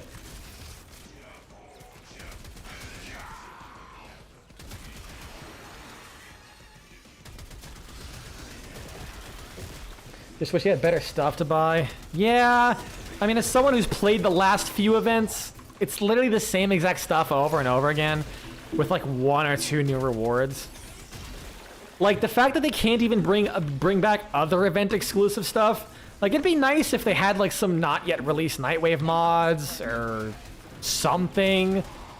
Instead, it's like literally the exact same event stuff that they're only keeping exclusive for operations or holidays. I probably should help out with this one. There we go. Yeah, I definitely getting to the end of the day. I'm definitely spacing out a little bit. Not paying attention to the objective. Get too excited. I'm just getting started. I wonder if this is going to be the most Only a few the Energize Arcanes drop to. Because they were so easy to get. It was like incredible how easy it was to get a maxed one. So I wonder how long it takes for the prices to even remotely bounce back. Secret of my lost flesh. Distracting them. Yeah, like Formas, that'd be great, dude. Because of work, I keep forgetting to. Made them. Ooh, You have times to 2. find what they left. If they did endless noggles of the different emotional harbingers, I can guarantee people would get those. Yeah, there's a lot of things they could have done. Forma, I mean, they didn't even run Plague Star. I don't know why they're so like at least bringing back the Forma, because people they know people literally only like Plague Star because of the Forma. Not very nice of you, kiddo. Delete.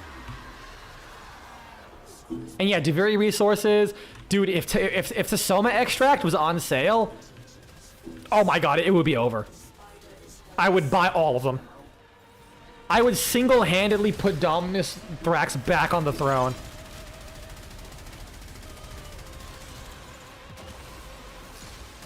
I just realized, I think if they get nullified, I still buff them.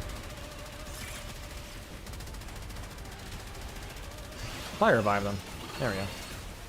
Oh, hello, Orexia. Although, to be honest, I do believe that they probably don't like. Jesus, they probably don't like that they included fully built Forma in there, because they know the crackheads of in the Warframe community absolutely just are gonna. They're not gonna be buying Forma. Let's put it that way, like with Platinum. So I kind of have a feeling they're slowly gonna be pushing out the times between Plague Stars more and more.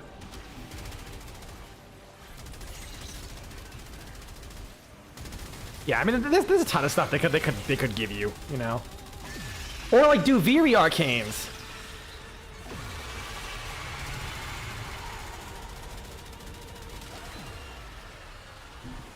Like, okay, so I think before the TechRot Encore update, I was really wanting to play Warframe, but I'll admit I was getting a little burnt out.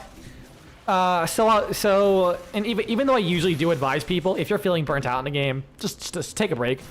But like, I don't know, I did have a hankering to play it. So what I did was I farmed every single arcane of the game. I tried to avoid Vosper, doing the Vosper thing. Oh yeah, even at 24 moment for sure.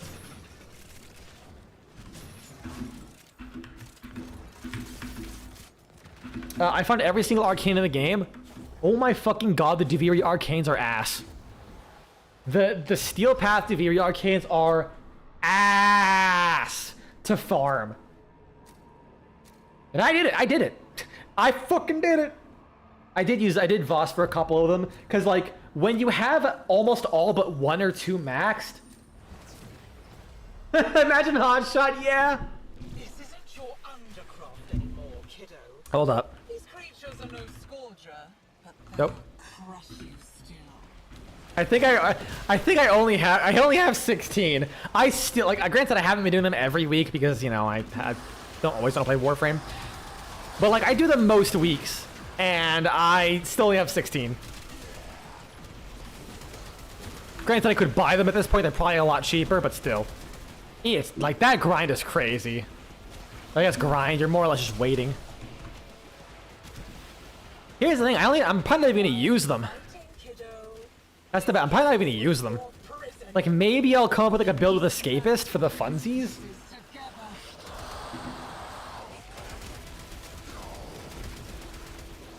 But other than that, like, maybe Universal Fallout with Corvex, but even then, I have like a 3 out of 5, so it's fine enough.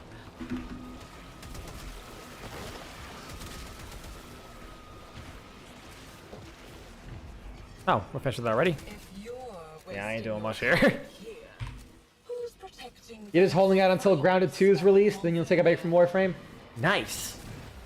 I haven't played the first Grounded, but a friend of mine really wants to. It does look really good. I heard about Grounded. I didn't know Obsidian made it. Was it Obsidian? I think it was. Double check. Obsidian, yes. I was like, wait a second, Obsidian? Fuck yeah, that immediately made me on board.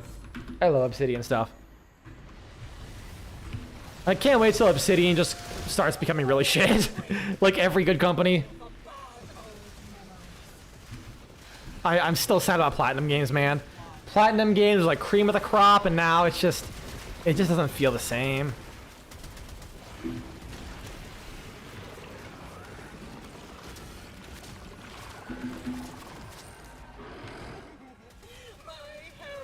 And blast him down. At this point, I can just hold the left mouse button. Yeah, for me, I'm like doing the event. Once I get the gold thing, I'm just not gonna play Warframe outside of doing the weeklies until like, yeah, the next update. I'll probably end up drawing. I have a lot of stuff going on, so I'll stay busy. Moving because, you know, I do contract work, so I move every 3 months. Getting a surgery done. I'm not gonna be needing Warframe to keep me busy. Like, I'm not even joking. On my days off, I'll wake up, start drawing. I'll crank out like 4 or 5 different sketches, and then I go back, and then I cook and go to sleep. If it wasn't for streaming, I would like not be playing video games actually. Crazy. Oh, also exercise. I do love me some weightlifting too. But Warframe, I'm always coming back. Shit's crack, yo. Speaking of Riven. Yo, Morton. I don't think anyone mentioned Rivens. But you know what? I'll accept the segue.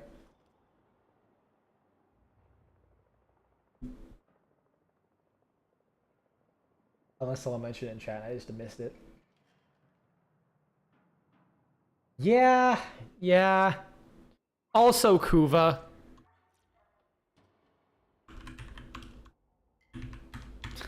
How much Kuba do I have? I have 1 million Kuba. I don't fucking... How many references do I have? I don't think I have that many.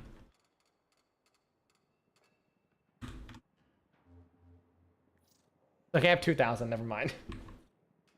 I have a lot. Please give me fucking Valkyr or Araxia. I swear, when I first on the first day of streaming this update, I got Valkyr like 5 times in a row. That was just all my Valkyr luck. You probably misheard. Ah, it's all good. Really painting with acrylics? Hell yeah. I've been trying to practice digital painting. It's rough, man. I can't get it to look right. Like I don't know. It's practice, obviously. I know that much. You need 5K slivers. You're right. I'm less than halfway there, dude. I'm a failure. Because like ever since I played Disco Elysium, I've been like fiending to try and like recreate some of that art style. Like that's a dream of mine, to be able to take some heavy inspiration from that. Wolf Sledge. I mean, I guess I take the Wolf Sledge. It's probably the most kitted out melee here. Kuvasir. What's the primaries? Rubico or the Bratton? Fuck. I guess Rubico. What is that holster? What the fuck? Okay. I guess I'll be doing this. What Warframe shows do I get? Does my Korra... I can't see what my Korra's whip is. Oh, right. This was before. You can't commit to digital. I totally get that. I don't do it. I don't do that quite as much, I feel. I'll just do this, yeah. Wait, no. I have an Excalibur with Exalted Blade.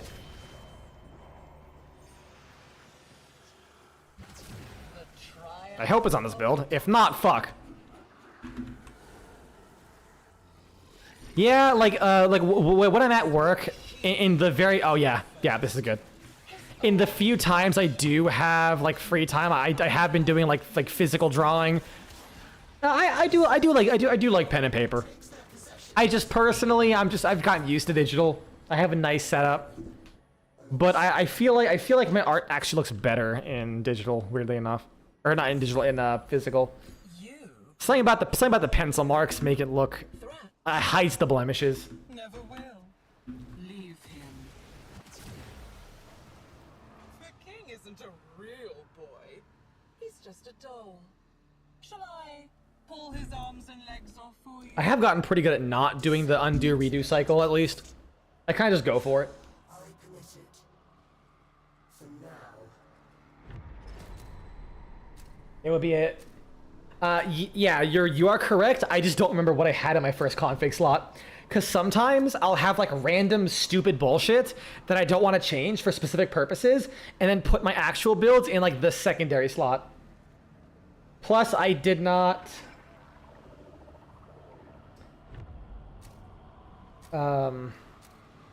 Plus, I have not used Korra since the pseudo exalted rework, so I don't think her whip claw even has mods in it.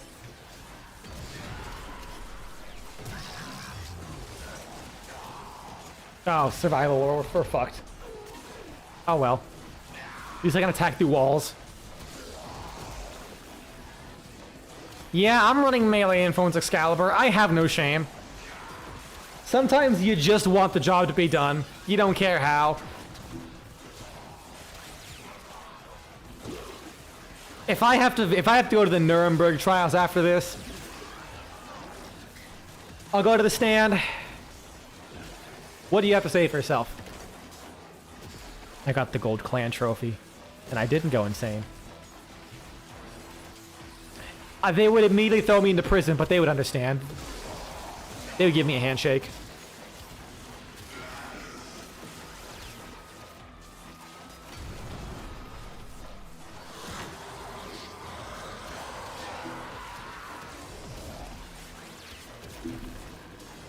Yeah, I think the big problem, I think one of the big problems I have with digital is that if you're not doing like regular, like the, you know, pencil or like the pen and basic coloring, it can be hard to tell if you're messing something up because like some of the default settings on the tools are wrong, or if you just don't understand it. I think the big thing with painting for me is it feels too. It feels like it doesn't feel solid. Like I can't get the colors to actually be solid. Everything's so runny and faded. Like I just can't seem to get defined borders without just making it look like a regular pen. I don't know. Like I said, I'm still working on it. I have way less experience with actual coloring than I do with line art. Like I don't color anything at all. It's like very rare that I actually color shit. If you look through my YouTube thumbnails and my stream thumbnails, that's pretty much the only times I ever actually color shit. The rest is just line art. Just to get that practice before I move on to that. Don't have to show off their core build to you. They put a lot of work into it. Decided to throw some shit into mine. 5-minute build for her whip. He felt so outshined from yours. I get that. Honestly, like when you have enough time into the game, like there's so many nuances into Warframe. There's so many nuances into Warframe's modding that, like, you know, it's really hard to know this stuff without just having time. I wouldn't say it's something to feel bad about. Like, I know people who play this game for a decent bit, but like they struggle to make like builds on their own. Meanwhile, all of my builds are like one or two, like one forma or no forma, and like are like doing all the content in the game just because I know my play style. I know how things pretty much work, so I know how to mod like pretty efficiently for how I like.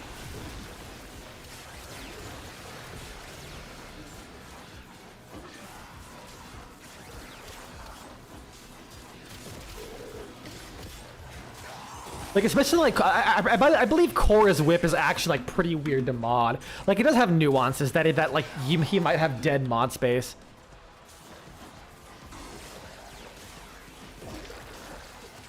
Actually, a good example is, I believe, I could never get my Archititron to do as much damage as other people have been doing. And then I found out it was literally because of Nearest Hatred, I believe. The set bonus for slam damage, apparently it was multiplicative and applying twice. Which I never put that on there because I didn't think about that, you know? You haven't looked at Korra in a year before that? Ah, that's fair. I'm sure you still have experience with her, though. And, or, like, you've seen some really good builds, or, I don't know, it's like, there's like something about Warframe modding where you can kind of, like, if you, like, have enough experience with it, you can look at something and probably just mod it really well.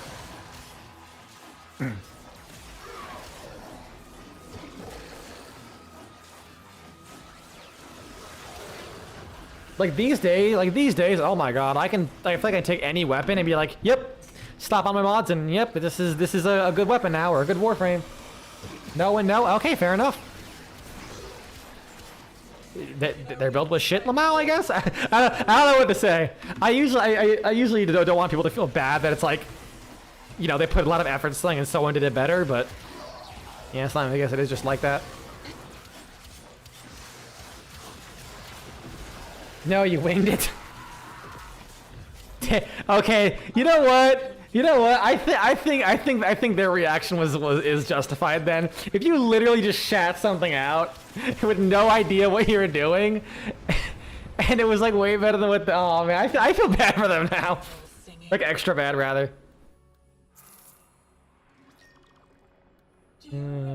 I could get that, but I'm actually good on all my stuff. How much you learned once the restraints Well, shit. off. Oh well. Think what we could do here together. This isn't enough. We need to call in more help. From you. Another you. Your best frame will get 2 formas unless you really like them. 3 or 4 maybe. Messed up on the Necros Prime has 8. Saren has 7 and the rest are 6. Yeah, that's kind of how I am. It's like unless I really need something specific, I'll usually put like one forma into something at most. Like I really won't put that much effort into Warframes, even if I like them. Cause like I said, I like the way I do modding is pretty. I know what I like to do. I don't need that many stats. Most of my Warframes have like 200% strength at most. Positive duration. I'm trying to think. Like a little bit of positive duration. Neutral range and like decent bit of duration. Sorry, positive efficiency, I mean. Unless they have like a really good energy generation, then I will go like a little bit negative. You good, fam? I mean, the box is here, but like, where's the... Wait, was it on top of the box? Fuck off. I hate this game. Game shit. DE, please refund. I paid $0. That's a lie. I've paid a lot of money to this game. Not that much in the grand scheme of things for the 10, 13 years I'm playing. Especially because like on my second week of playing, I watched a dev stream. It was like the third dev stream. It was like my second or third dev stream I ever watched. And one of the really early ones, and I won 1,000 platinum. Because there was like way less people watching those streams. Then so be it.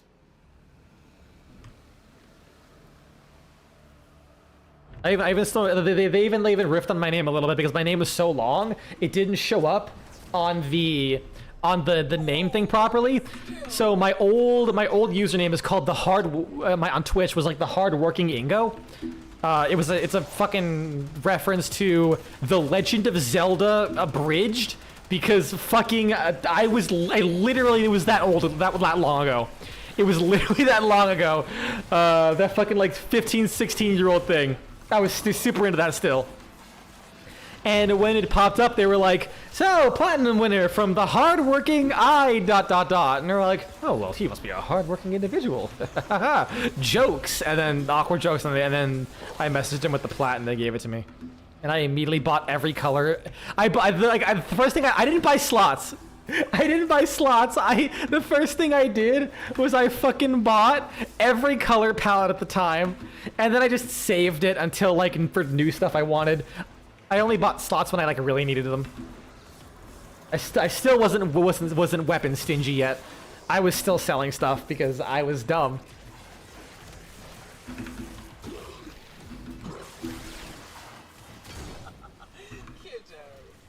And that lasted me like 2 years, I want to say.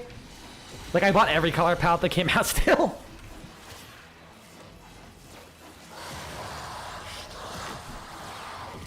And then I think from there, I barely bought platinum.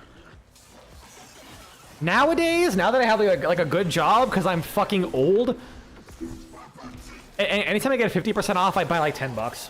I shot like $10 if I get 50% off. If I get 70% off, 75% off, oh, I'm dropping a fat 30 or 20 or some shit. Get like 1,000 plat. You only delay the inevitable. And I try and trade what I can to remove plat from the market and then just like dump it into random bullshit. Capitalism. I'm clearly helping DE. Look at you, desperate. I don't do as much trading anymore. I used to run Deimos so much because everyone hated Deimos in the Arcana vaults, but there was good money there. Selling the damaged Necromech weapons and like parts was like so much money.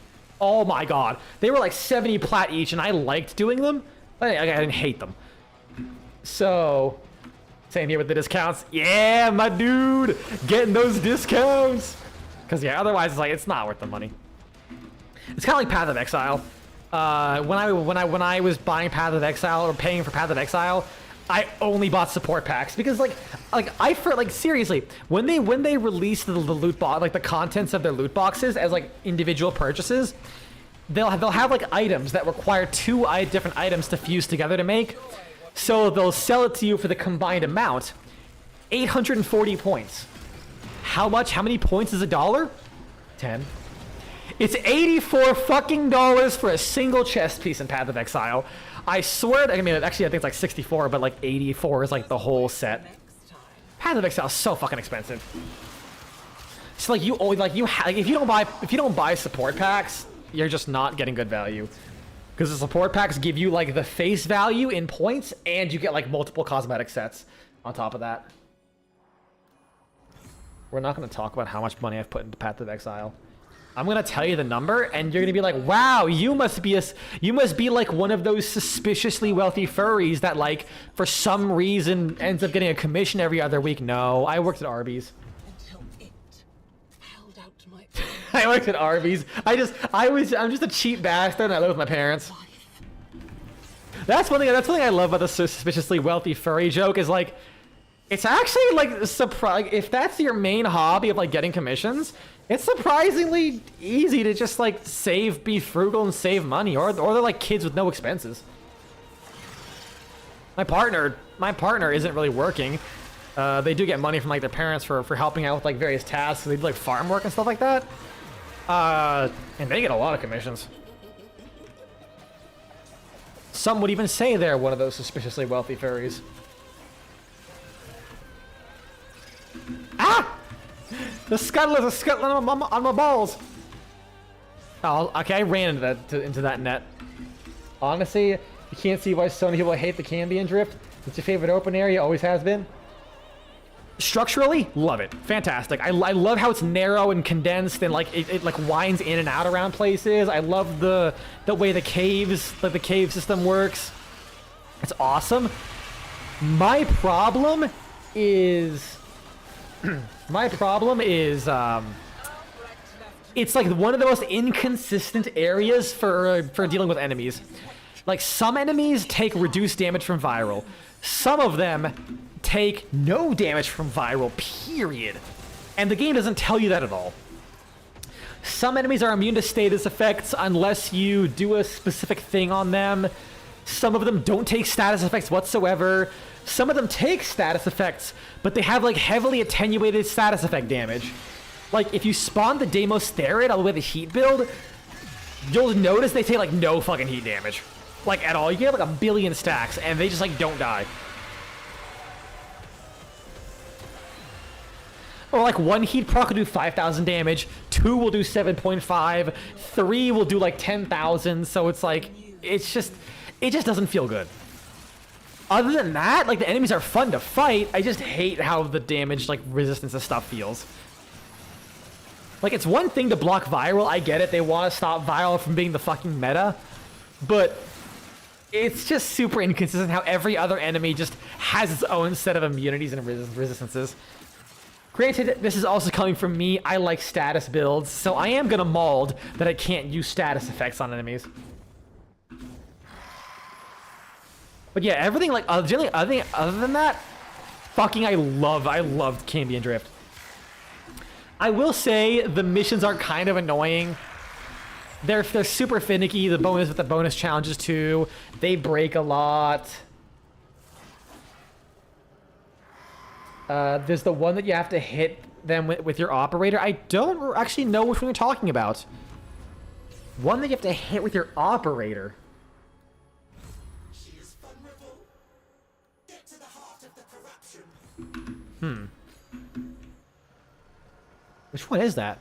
I know you can like shoot Lloyd with your operator to heal him. I know like the Saxons, you can shoot the shoulders, but you can shoot them with anything. Maybe Necromechs, because Necromechs don't really have good damage attenuation. Oh yeah, that's actually... Oh, Kuvagard. Oh, I thought you were talking about the Cambion Drift enemies. Yeah, those guys are a bit jank.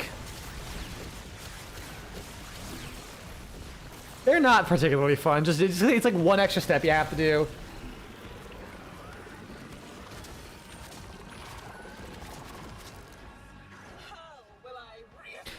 So, fun fact, if you have a really good operator build and you just take Jade to like an Archimedia or something like that, the Necromechs, like, I swear to God, they crumble to the amps.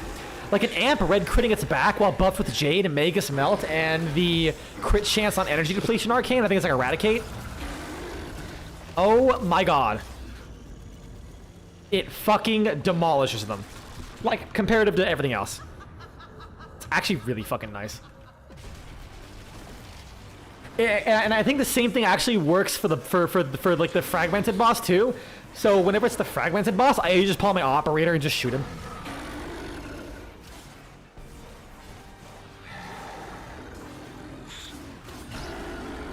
Yeah, I mean, who does fucking Kuva survival or the my brain's drawing blank here, the Kuva floods anymore? Like, you really just don't interact with that shit these days. And I kind of want to say it's for the better. I don't like either of those game modes.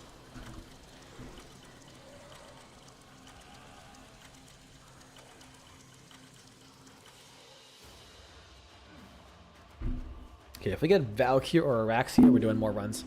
Sorry if I hit my microphone. If not, I might call it here, and we will pick this up tomorrow afternoon. God, my voice is actually shot. I'm talking a lot.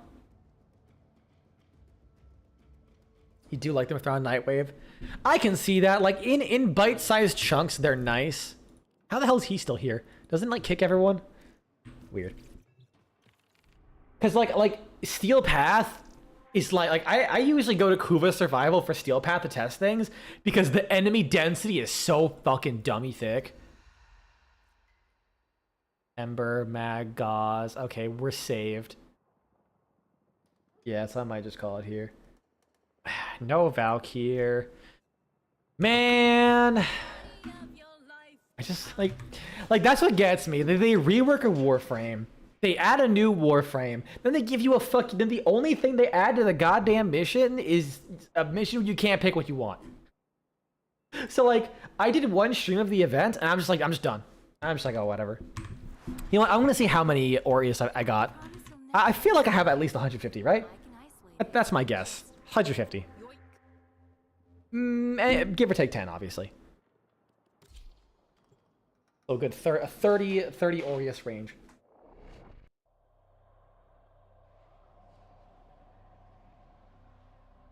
Actually, I do need to buy Arcane Barrier because my friend wants it for Hildren memes, and he doesn't want to play Warframe. Which, to be fair, I'm going to give it to him, and he's never going to play Warframe anyways. So, I have 200! I was way wrong. You have one Kuva... Yep, you only have one Kuva Lich, and he has a Brahma with 51% heat and have been avoiding Mars as you don't want to deal with them due to not having many relics. Dude, I was recently doing relic farming with the Requiem relics. Oh, I forgot how ass it was. It's your first and only Lich. Well, hopefully you're not like me. Okay? Hopefully you're not like me. Here, let me. I wanted one ephemera. Actually. Cool. We're 1/3 of the way there to the gold trophy. Actually, we could probably do this maybe next stream or like in the middle of the Friday. So let me just show you something real quick.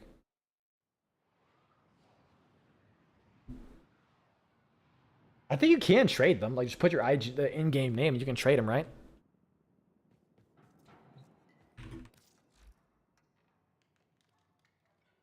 Let's see. So, I wanted one ephemera.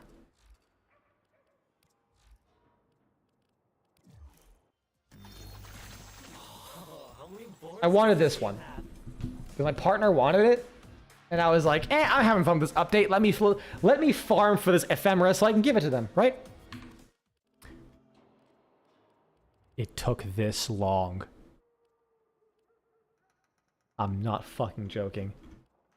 40 liches. Let's count them again. 1, 2, 3, 4, 5, 6, 7, 8. So 8 per row. 1, 2, 3, 4. So that's about 8 times 4. That's 32. 33, 34, 35, 36, 37, 38, 39. Oh, and they killed like 15. Like, there was like 10. So in total, it was like almost 50, or it was over 40 at least. The one ephemera! You wanna know what's even funnier? I don't think I have everything. Even though I did 40 codas, I think I'm missing like one of the floofs and one of the emotes. I have everything else. I got some good names though. Some of them changed because they were like, they had like a really bad words. I had Blacklight Crust. That one's pretty good. I had Pirate Megastar. I think that would be my favorite personally. Tiny Arcade, Smoking Town. Rainbow Time. That's a good one. Wild Brother. Coming up in the floor. I am in your floorboards. Flippin' tubular. Packet, how big, guys? 1 billion leeches later. Yeah. You wanna know what's even funnier? So I did all of that. I did all of these liches. I had quite a lot of liches. I've done like 5 sisters. Dude. Like when the sisters came out, and I saw they were just liches with tits, and like the damage attenuation on them was actually worse, and like to get around it, I have to use weapons and warframes I really didn't care about. I just stopped.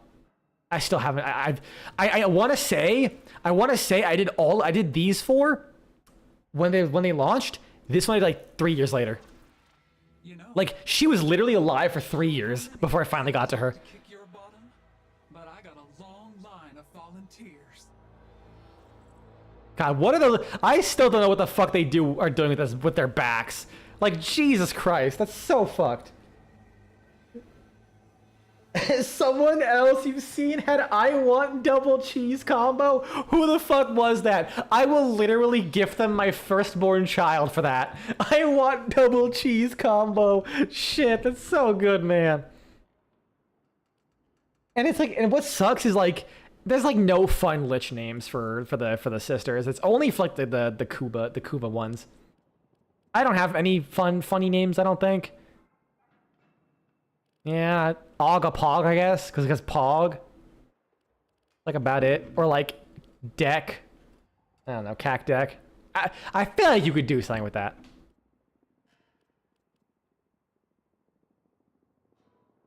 Yeah, nothing much else here. Alright, well. Maybe red ditties.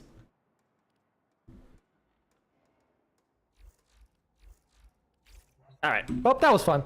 I always wanted my If you want more of this bullshit, so it's not guaranteed. I will say it's not guaranteed I'll stream tomorrow because I've been dealing with a lot of sleep issues and I'm very fucking tired. So if I just somehow don't get good sleep and I'm just out of it, I just kind of won't stream. That's I wanted to play Baldur's Gate. Like you see, I had a plan: Baldur's Gate, Path of Exile. And all that kind of stuff, but I fucking didn't end up doing that because I just got tired as fuck. I just like didn't stream for like 2 weeks. So I guess I'll update this. It's also in the YouTube description. I also put that in there. Because I stream on Twitch, but also like I stream on YouTube mostly for the VODs. Plus I also have an established, subscriber base. So it just kind of helps. But mostly for the VODs. Like YouTube for stream VODs is so fucking good. It's amazing. So 7, 8, Warframe. 7, 9. That's where you messed up. You had a plan. Listen, I'm usually I can get away with it. Like the only problem I've been having that's gotten in the way of anything is my sleep. Oh god, I can't that's the reason I'm getting that surgery done. It's like been getting worse. My nose is so fucked up. I have a CPAP and it still just isn't working for me because the CPAP can't push air when my nose decides to like turn into my nose just turns into the fucking cool S and just blocks both noses because I have a really fucked up septum. It's wild. Man, I can't. Like, every day I dream about that surgery. You might hear me bring it up a lot because Jesus Christ, you have no idea how fucking ass it can be sometimes. Especially when I work in a hospital for 13 hours a day. That's not a job you don't want to be tired for, man. That's a job you don't want to be tired for. Cannot phone that shit in. Anyways. Well, thanks for stopping by. That was really fucking fun. I am very convinced we can get this done by Friday. Totally. Absolutely. 100%. I just have to actually play the fucking video game. Well, take care, guys. See ya.